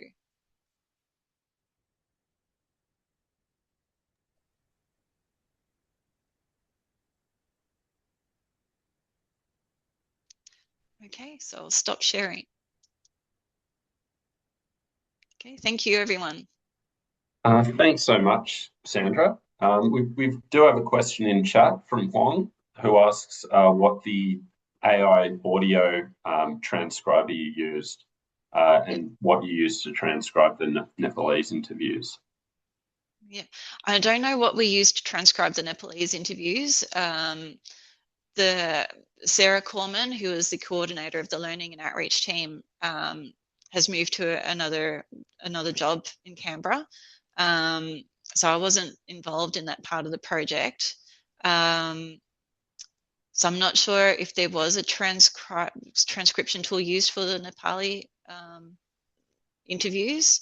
And I'm also not sure of the English transcription tool, but I think, like I said in the presentation, I think it was the dictate function in Microsoft Word. So if you open up Microsoft Word, up at the top of the screen, there's like a little microphone that says dictate. And if you click on it, it gives you an option to upload an audio file, and that will turn that audio file into text. So I think that's how that works. Okay, fantastic. So that's a really, really interesting project. Please, if you have any further questions for Sandra, put them in the chat. And if Sandra, if you could share your email. But thank you, Sandra. Thank you. And now we are going to hear from Juliet, at Wollongong, who is going to be talking about Out in Wollongong, proactive collecting to create representative collections.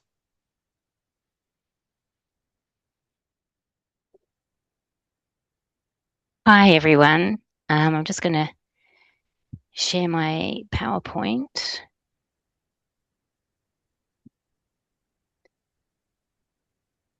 Can everyone see that? Can you see that? Yeah, we can see that now. Great. Okay. So yeah, hi everyone. It's great to be here. And I just wanted to share with you a fantastic opportunity we had to do some proactive collecting to create more representation in our collections. And this was particularly in relation to our LGBTQIA+ collections. So we received a grant from the Department of Home Affairs, the Office of Social Cohesion. I'm sure a lot of libraries probably receive some of these grants as well. And this was in recognition, the Office of Social Cohesion had a partnership with ALIA to help distribute all the grant funding. And this is in recognition that libraries are particularly good, have particularly good infrastructure for supporting programs and are already doing such good work in that space. But this was in particular about collections and how we could engage people with growing collections and seeing themselves represented in collections. So with the funding, we decided we planned 2 activities, and the first was a scanning day. We called it an historic LGBTQIA+ scanning day. And the second was an oral history call out where we wanted to do an intergenerational project. So training young people from the LGBTQIA+ community in oral history techniques, interview techniques, and using the equipment. And then interviewing elders from their community, selecting elders from their community who they wanted to interview. But the first thing we thought we should do is actually just look and see what was in our collection that maybe hadn't been indexed correctly or hadn't been, described correctly. There might be some content there that hadn't been discovered. So we looked through our Illawarra Mercury, which is our big local paper. This slide shows the image index, the handwritten image index that we have that goes from the 70s, 80s, 90s. And we just looked through that to see what content there actually already might be. And this is, this raises so many questions about the terminologies that were used in the past and the terminologies we use now, and how do we get these descriptions right, these descriptive terms right, as Rachel was talking about before, to make these resources discoverable and accessible. So in the 70s, 80s and 90s, the term used was homosexuality, which is, a very narrow, almost medical term, which doesn't reflect how the community describes itself. So I'm sure a lot of you are coming across this problem now where, what terms do we use? What fields do we use? And we know that the Library of Congress is not using terms that reflect how this community would like to be named. So we end up using a tag in the 500 field, which is probably not a great solution at this stage, but we put LGBTQIA+ in the 500 field. So we had a look through these indexes, and we did find some great stuff. So this is one of the images that we found. This is a rehearsal for Mardi Gras from 1998 outside Checkers nightclub, in the car park at Checkers nightclub. So it's a fantastic image. And then this is the scanning day. So we had some really great media coverage on this. So this is just an article that documented the event. So we had some great media coverage, and before the event we got quite a lot of questions, really interesting questions from people, like asking us what the parameters were for our collecting. And in particular, I think it really raises that question of, what is an LGBTQIA+ life, and what is, like one woman said, well, I do identify with the LGBTQIA+ community, but I've done so many other things in my life that, I identify them as that. So I think it just really raises these questions about how we categorize these things. And people ask, what do you mean by historic? And we really said, well, anything, really anything we're after. So all these issues about identifying and labeling what it means. So we had the scanning day, and we actually, oops, gone a bit too far. We didn't get a great turnout on the scanning day, but we got 2 really significant collections. So the first one was from the Gay and Lesbian Solidarity Choir, a fantastic collection of images and lyrics and some video performances of the Gay and Lesbian Solidarity Choir performing in Wollongong and out and about. So that was fantastic. And another really great collection from the Community Support Network, which was the precursor to the AIDS Council, and the work that they were doing in supporting people with AIDS back in the 80s and 90s. So this is an image of one of the first candlelit vigils that was held for victims of AIDS. So that was a beautiful collection to get. But we only got 2 substantial collections from that call out. But then lo and behold, the next day, Wollongong's first drag queen, Dee Dee Lamar, also known as Grant Barnes, turned up with this wonderful suitcase of ephemera and memorabilia and sort of plonked it on my desk and said, here you are. And we had a lovely morning just looking through it and talking through the memories and the performances. So that was fantastic. And then the next, here's Grant.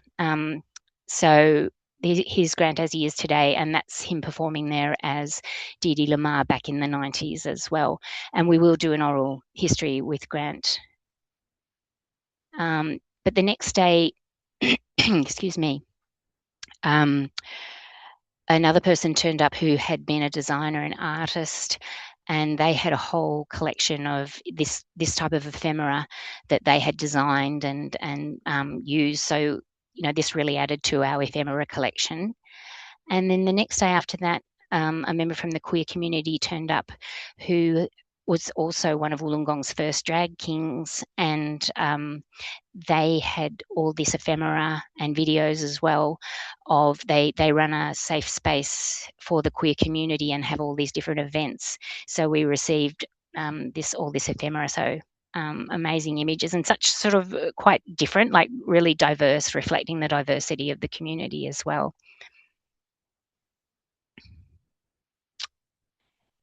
So from this collecting, we've had a few outputs. So we have an Illawarra Stories, which is our oral history platform. And I'll just click on this to show you, hopefully this will work.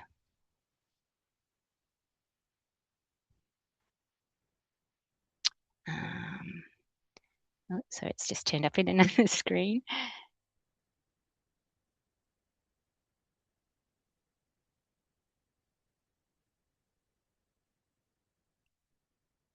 There we go. So this is our Illawarra Stories platform, which has all our oral histories. And this is Faye Sauvage, who runs the queer space in Wollongong. So we have a wonderful interview with her. And the intergenerational project didn't really, it hasn't happened yet, just due to various logistical things. So that's coming.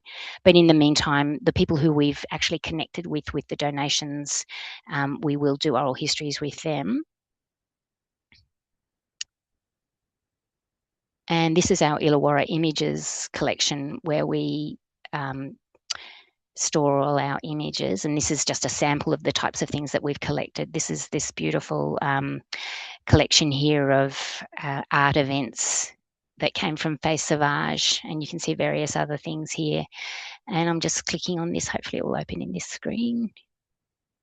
So this is our Illawarra Images collection. So it's just really spiders with a facet in it. But as you can see here now, there's quite a lot of results that come up.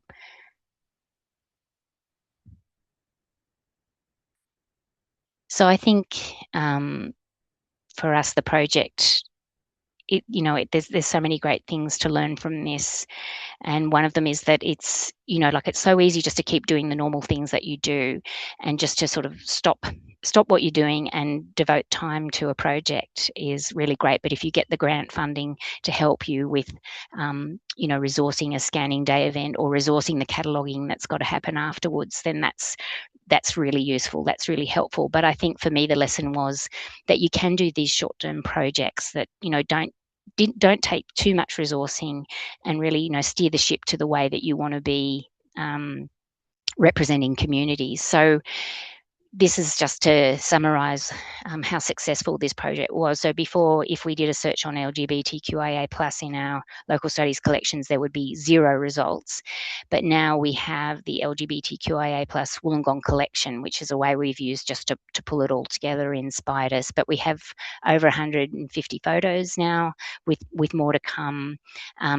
3 digital manuscript collections that have videos, ephemera, flyers, posters, 1 oral history, and we're hoping to get a lot more oral histories. But I think the main thing was that it was just such a positive, collaborative thing that we did. And to start off with, some people were a bit like, well, hang on, this is our story. What are you doing? You're the council. You're a conservative cultural institution. What are you doing with our story?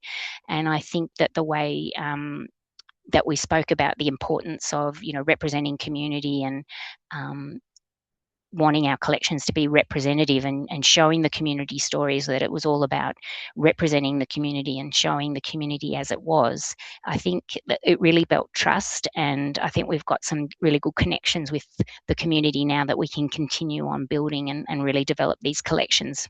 But it's good now because we can sort of draw a line in the sand and say, we've done some work, and then we can regroup and see what comes up when we've got further resourcing to see how we can develop it. So thank you. Thanks so much, Julia. What a fantastic project. So multifaceted with great implications for the collection and the community. So well done at Wollongong. And please, if you put your email in, I'm sure everyone will have some questions for you, because there's a lot going on there. Yeah. So we'll now move on to Catherine at Northern Beaches, who is going to be talking about partnering with their council team to create contemporary, diverse and interactive collections. Thank you, Michael. Going to share my screen.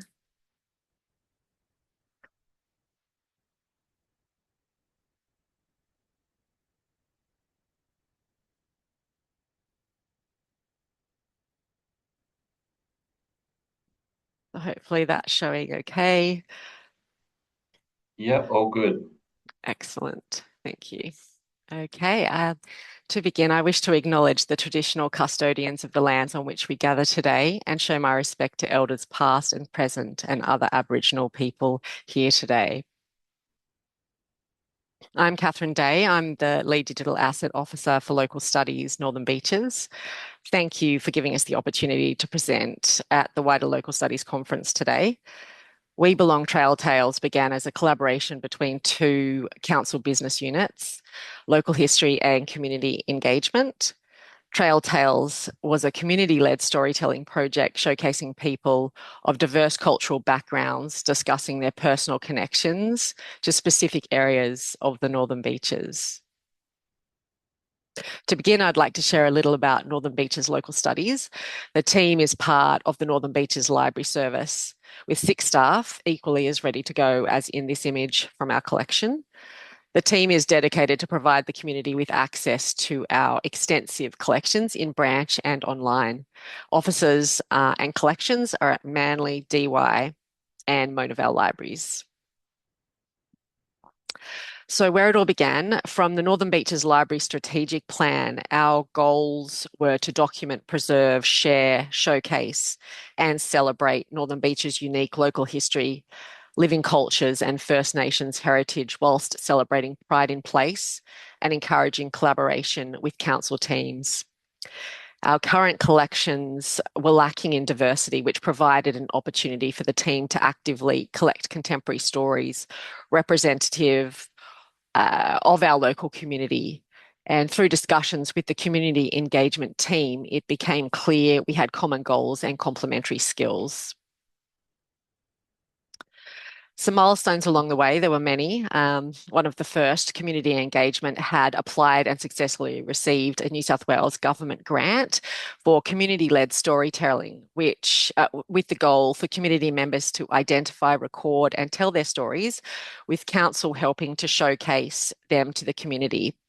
The We Belong Intercultural Community Leaders program began and aimed to strengthen connection and belonging and enhance social and cultural inclusion on the Northern Beaches. The program helped develop skills and abilities of the participants in cultural advocacy, community engagement, and leadership.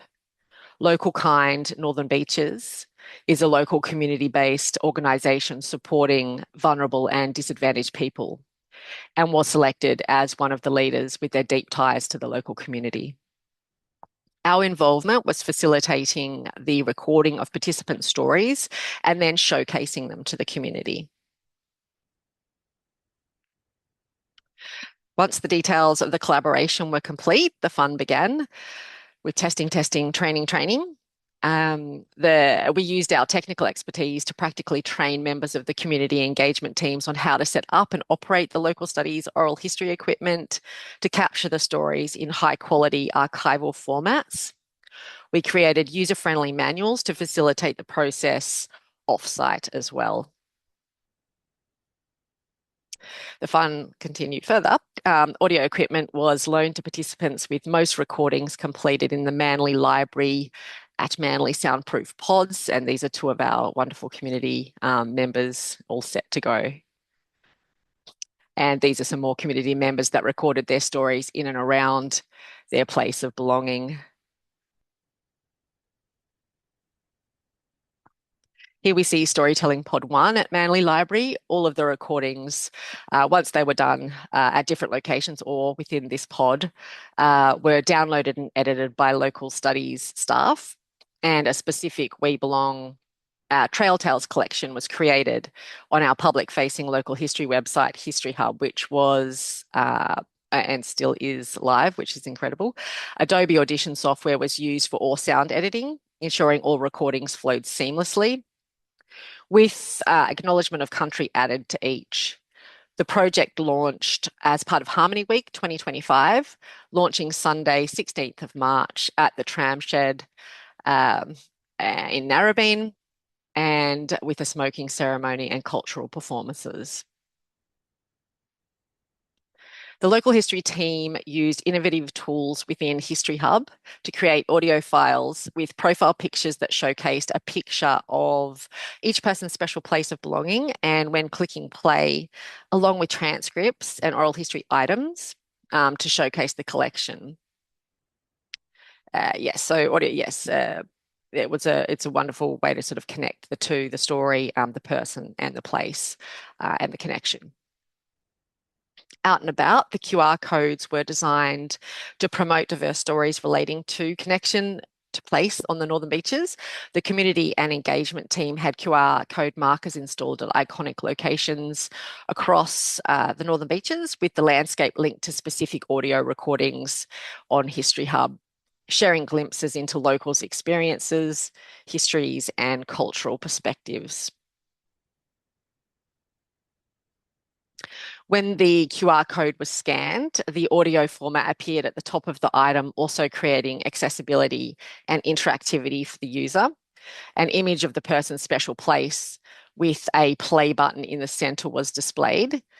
The QR code markers were installed for up to 3 months, with an end life for the project for the community and engagement team. However, the material collected is now archived and showcased as part of our permanent collection, available to the public to access into the future. I would like to play some audio stories from our community members here. So hopefully the volume will be loud enough. We'll give it a go. Yeah. My special place is right here where you're standing.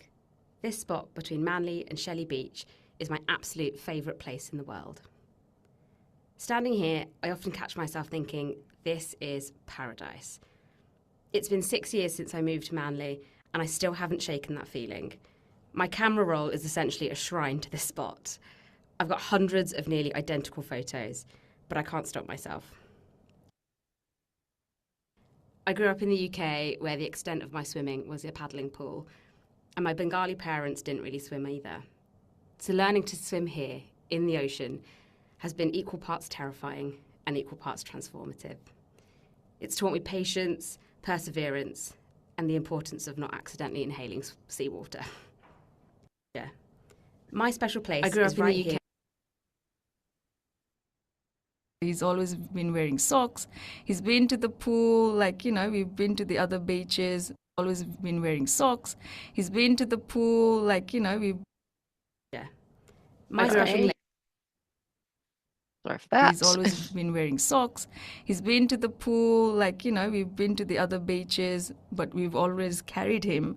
So we were like, oh, yes, he hasn't ever touched the ground with his bare feet.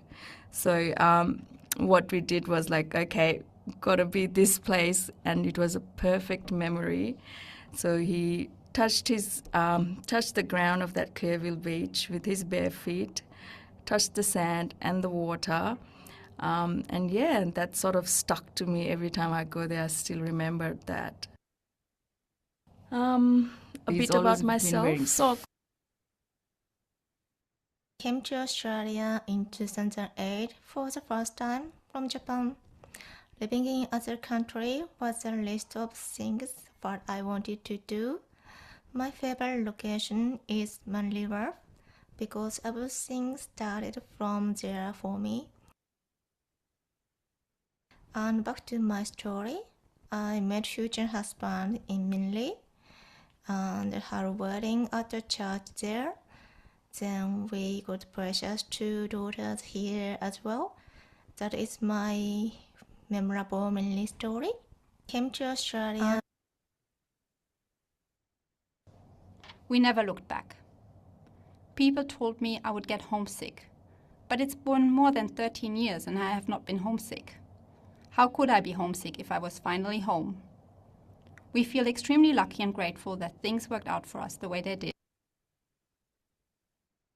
My favorite location on our... We never looked back.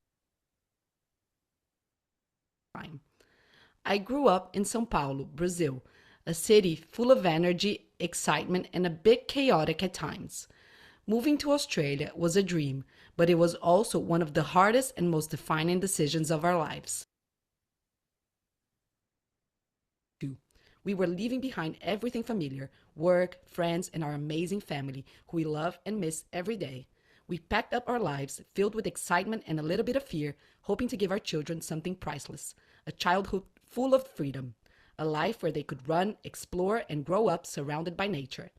At first, everything felt unfamiliar, but over time, the Northern Beaches became more than just a beautiful place. It became home. We'll need to stop it there, Catherine. Oh, sorry. Okay.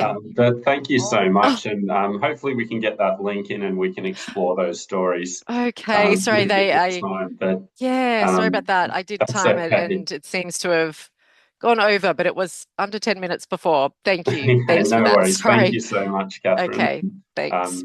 And now we will be moving to Adam at Moree in New South Wales. So, Adam, I will hand over to you. Thank you. I'll just have to wait for Catherine to unshare the screen.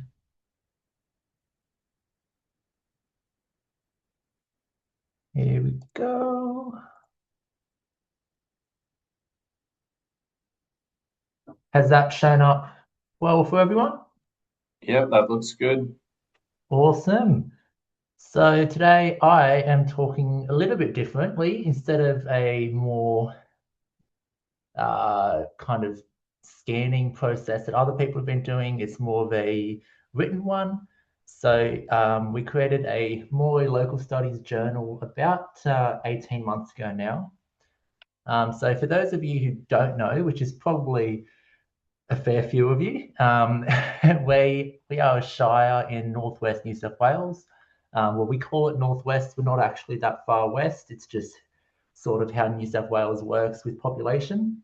So we've got about 12,000 people across 18,000 kilometres squared, which creates a unique set of challenges in that you're working with quite a small population across a very big space.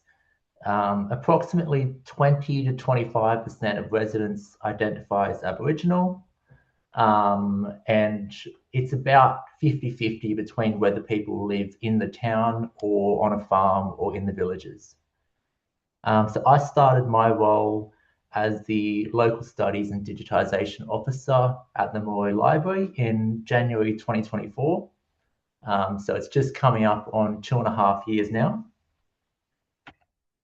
So the birth of the journal came from when I was first starting, and one of the problems that I had, one of the issues that I came across was that so much of what we had as a library and what I'd also experienced in other libraries was that the local studies material we kept was nearly always behind a closed locked door, often in the back of a library in a dark place where patrons aren't sure if they're allowed in, what we even have.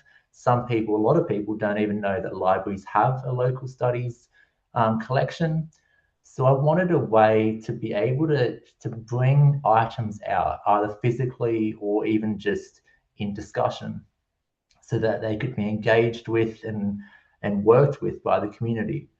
And it ties in with what I always say when someone asks me what my job is and what I do, I bring it to those 3 words I've got on the screen of collection, preservation, and access.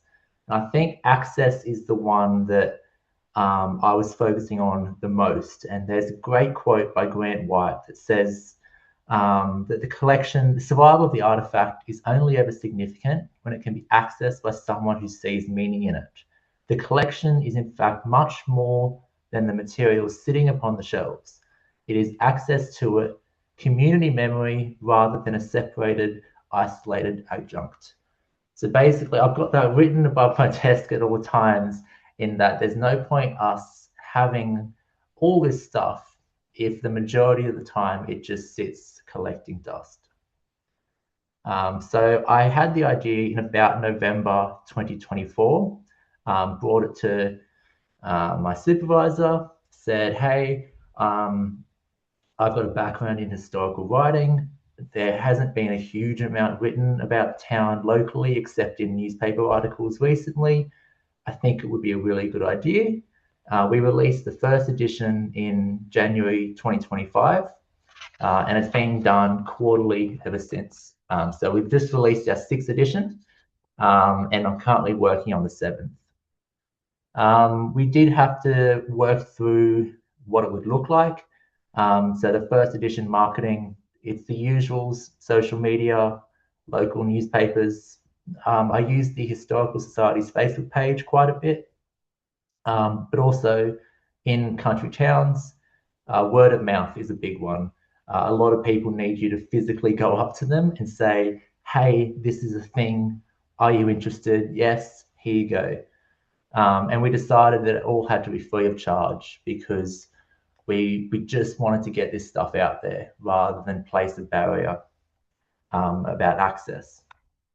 So the format of the journal, it's approximately 52 to 64 A5 pages, so 13 to 16 double-sided pieces of paper, and approximately around 7,000 words, depending on the given edition. And it centers around 3 core elements. The first is a focus item, which does an up-close look at one of the items in our collection. This could be a photo album, could be an artifact, a document, anything we decide that's in the collection that hasn't been shown a lot and that we'd like to get out there, but also do a little bit of research on to teach people the context of it. The second one was a oral history interview. So selecting someone in the local community who we believe has both an interesting story to tell, but also one that probably hasn't quite hit the same awareness as many others. Sometimes there's certain people that always make the newspaper or often make the news, and that's fantastic. I wanted to see if we could show the story of people or even specific groups that may not have so often had their story told. And then the third one is a research article, which gave me the chance to choose a topic and to do a really quite in-depth article on a local topic, and as well as also just having a photo collection that gave us a chance to show off all the photos that we've digitized and we've got on our digital platform.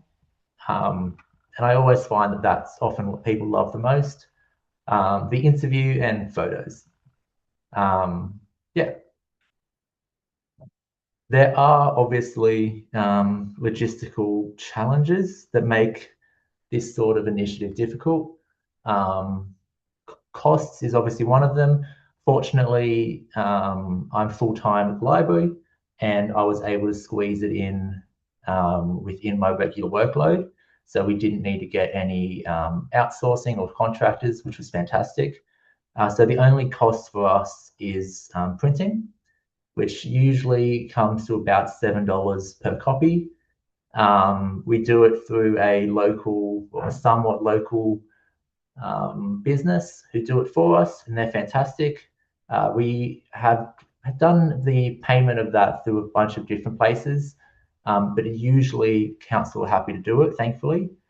But also just encouraging people to be interested in history and a journal, which obviously is a word that has more kind of academic connotations rather than, say, a newsletter. But there's reasons why we did that that I won't go into right now.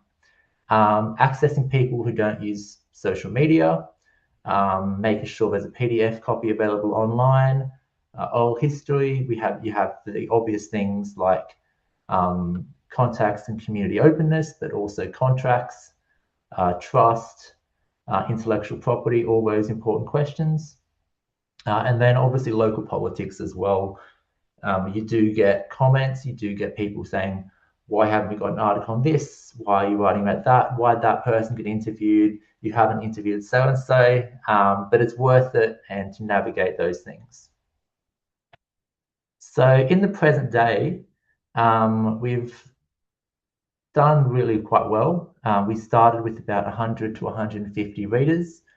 In edition 5, we reached 1,000 readers for the very first time, which is quite exciting for a town of 6,500 people. Edition 6 didn't quite hit those numbers, but that's more for marketing reasons. That was more internal problems. Next edition, I suspect, will be back up around the 1,000 mark, which is fantastic. There's also been a lot of marketing in the local newspaper. ABC Radio did an interview on it, which was really good. And just creating as many different avenues for people to pick it up, whether it's mailing to them a physical copy, a PDF copy, anything we can find. So next steps are we've just had the journals uploaded to Trove, which is fantastic. That'll increase the readership further. It means we have a national platform. Anyone can access it and find it, which is fantastic. And just building on it as much as possible, as well as reaching people in the villages and people who may not have heard about it so far. And just because I know it's hitting close to 10 minutes, it ties back to what I was saying is the purpose of both this journal, but also our jobs as a whole. It's all about access, or at least to me it is. We all have archives that we manage. What makes them valuable is the extent that the community can access it and use it, whether that's for family, local, regional histories. It also helps in terms of donations. If people know we exist and have previously engaged, one, they'll know they can donate to us, but two, they've also got that previous relationship. So we have a lot of people come in to access the journal who've heard about it and want to speak to me. And then because they know me and trust me, they'll then say, oh, I've actually got all these photographs, or I've got these old documents. Would you be interested? And that's a connection that wouldn't have been made otherwise. But yeah, it's been really exciting. I will put my email in the chat as well as a link to the journal. If anyone has any questions, please, send me through an email anytime you want, or I'll be in the chat for the rest of the afternoon so I can answer that stuff as well. All right, awesome. Thanks so much, Adam, and especially excited to see it on NED as well. So great stuff, and I will hand over to Danny, our last speaker for this session. Hi, thank you very much. I'm just going to make sure everything's okay, and I'm assuming everyone can hear me, which is great. My name is Danny Reid. I am the Local and Family History Officer for the City of Mount Gambier Library here on Bowen Dick Country in South Australia. And this here is the Children's History Walk. So I'm going to share my screen with you and we'll have a bit of a look at the development of it. So just do this one, that one there.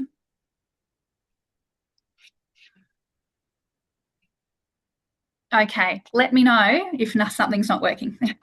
All good. Thank you very much. So this project was made possible through an ALIA community cohesion program and was launched during the South Australian History Festival in May. The Children's History Walk is a fully illustrated walking tour map of the Cave Garden and Thuggee precinct, which happens to be right outside the Mount Gambier Library's front door. And it was designed especially for children, using vibrant illustrations, quirky facts, and hands-on activities to help young explorers connect with the history right on their doorstep. So the idea for this history walk came from identifying a really clear gap. So for many years, the library has worked really closely with schools to develop a really strong local history program and resources that coincide with the 3-4 local history component in the school curriculum. The main activity being a guided history walk, which have been developed off the back of other history walks we do for adults. These guided walks, however, do rely on the availability of 1 or 2 staff members, which makes their delivery really limited and actually quite resource heavy. And outside of these guided school visits or individually curated sessions, there's really very few materials in our collection that were aimed at or independently accessible by younger audiences. And as we know, most items in a local history collection are written by adults for adults, and this means children often need an adult to interpret the information for them rather than being able to explore more independently.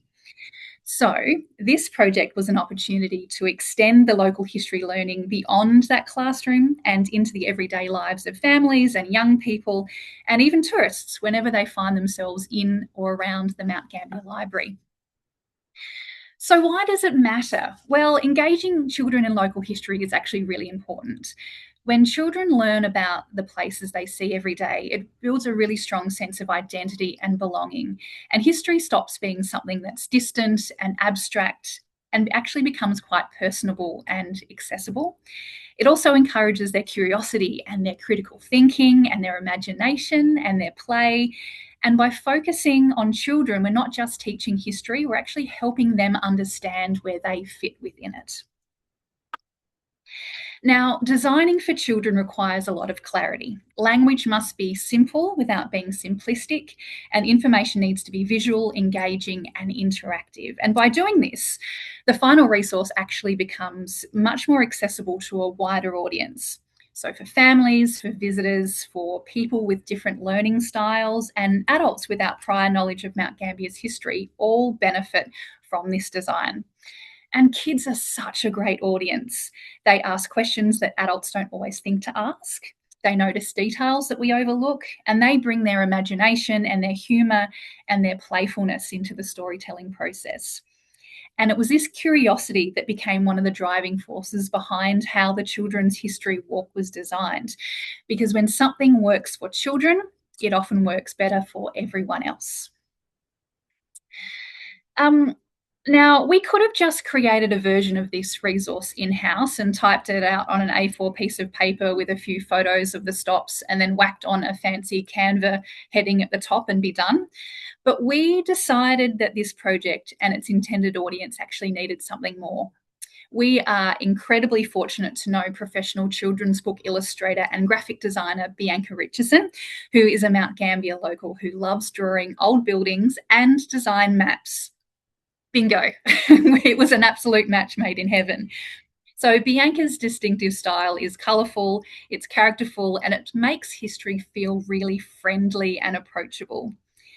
And the illustrations aren't just decorative either. They've actually become the primary storytelling tool, helping the audience engage emotionally with the buildings and the artworks and the historic sites. And this decision has elevated the project far beyond the standard walking map. Now, for those of you not familiar with Mount Gambier, I'm just going to show you some of the inspiration behind some of the icons on the map. Some of you might recognise Cast in Blue, our little blue fellow there over on the right-hand side. He got a lot of national media attention when he was installed back in 2025. No matter what you might see online, we love him. He is incredibly, incredibly loved. And these illustrations are what brought the map to life and have really created a bright and friendly and really engaging identity. And this entire visual language that Bianca developed for us has really given us a lot of ideas about how the project can grow beyond the original map. And we're thinking things like future programs and signage and activities and library card designs and publications, to name just a few.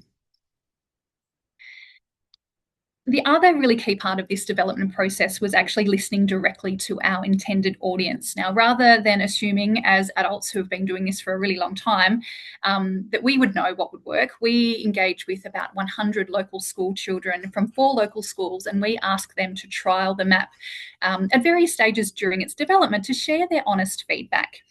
They told us what they liked, what they didn't, and also what made them keep exploring. And their insights were incredibly useful because children are excellent critics when their voices are taken seriously. Their insights shaped the final language and the activities and the layout of the map. And this really ensured that the finished product genuinely reflected how children interact with the information, not just our assumptions as adults. On screen is a Facebook post from one of the local schools, and you can see photos of things we were doing inside. Bianca actually did a bit of a Q&A and took us through her design process, which was absolutely fascinating.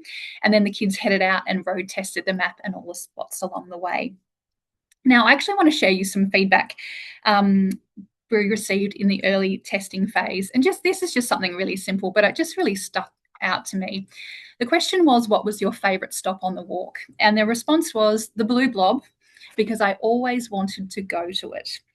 Now, what this comment shows us is how meaningful access can be for kids. So creating a resource can open up these small but actually really meaningful opportunities and even everyday places that for us as adults we drive past all the time, and we get to decide where we go and how long we spend at places. Children always don't get that opportunity, but when they're given a chance to explore them, sometimes just being able to go somewhere is actually what makes an experience really memorable. Now, for full transparency, I'm going to also show you this bit of feedback. So the question was, what was your favourite stop on the walk? And the response was none of them, all of them were boring. But what this student doesn't realise is he actually put a lot of little illustrations on his page, and you can see one at the bottom there. It's a little character and it's even saying boring in its little speech bubble. So joke's on this student, because this actually really looks like the student was inspired and quite engaged with the illustrations enough to actually create some of his own. So I'm not sure that he was as bored as he thought he was. So this is our actual beautiful map here. So it is an A3 trifold design. On one side, it features the map, and the reverse promotes the library resources and gives the participants ideas about collecting history for themselves. It includes 13 individual stops. It takes about 30 to 40 minutes to complete over a distance of about 300 metres. So it's certainly not a hike in anyone's words. Each stop gives some historic information and an activity, which is either something to find, something to think about, or something to do. And some additional symbols also highlight plaques or foundation stones to create another little scavenger event of its own. Hard copies of this resource are available to collect at the Mount Gambier Library and the City of Mount Gambier Visitor Centres, and downloadable copies are also available from the Mount Gambier Library website. So the final outcome is a fully illustrated walking tour map that is designed for children but enjoyed by all ages, that welcomes curious locals and tourists alike. It encourages families to explore the outdoors together and creates opportunities for shared discovery, conversation, and learning. It shows us that history can be playful without losing its depth, and that professional creativity strengthens engagement, and that listening to young voices leads to better outcomes. We absolutely love our map, and the community is really loving it too. So if you would like to get an up-close look at the Children's History Map, I'll put both my email address and the link to the online version of the map in the comments. Or you can come and visit us here in the Blue Lake City and take us for a spin yourself. So thank you very much. Thank you so much, Danny. Such a fun project and engaging an audience that often gets forgotten in local studies. So well done to Mount Gambier. I'd like to thank all our speakers this afternoon. We went 5 for 5 great presentations. So thanks, everyone. We're going to break now until 3 o'clock. And anyone who can stick around for the discussion, please do. If anyone who's attended the last couple of years and went to those discussion sessions will know how valuable it is to share ideas and challenges with your colleagues from across the country.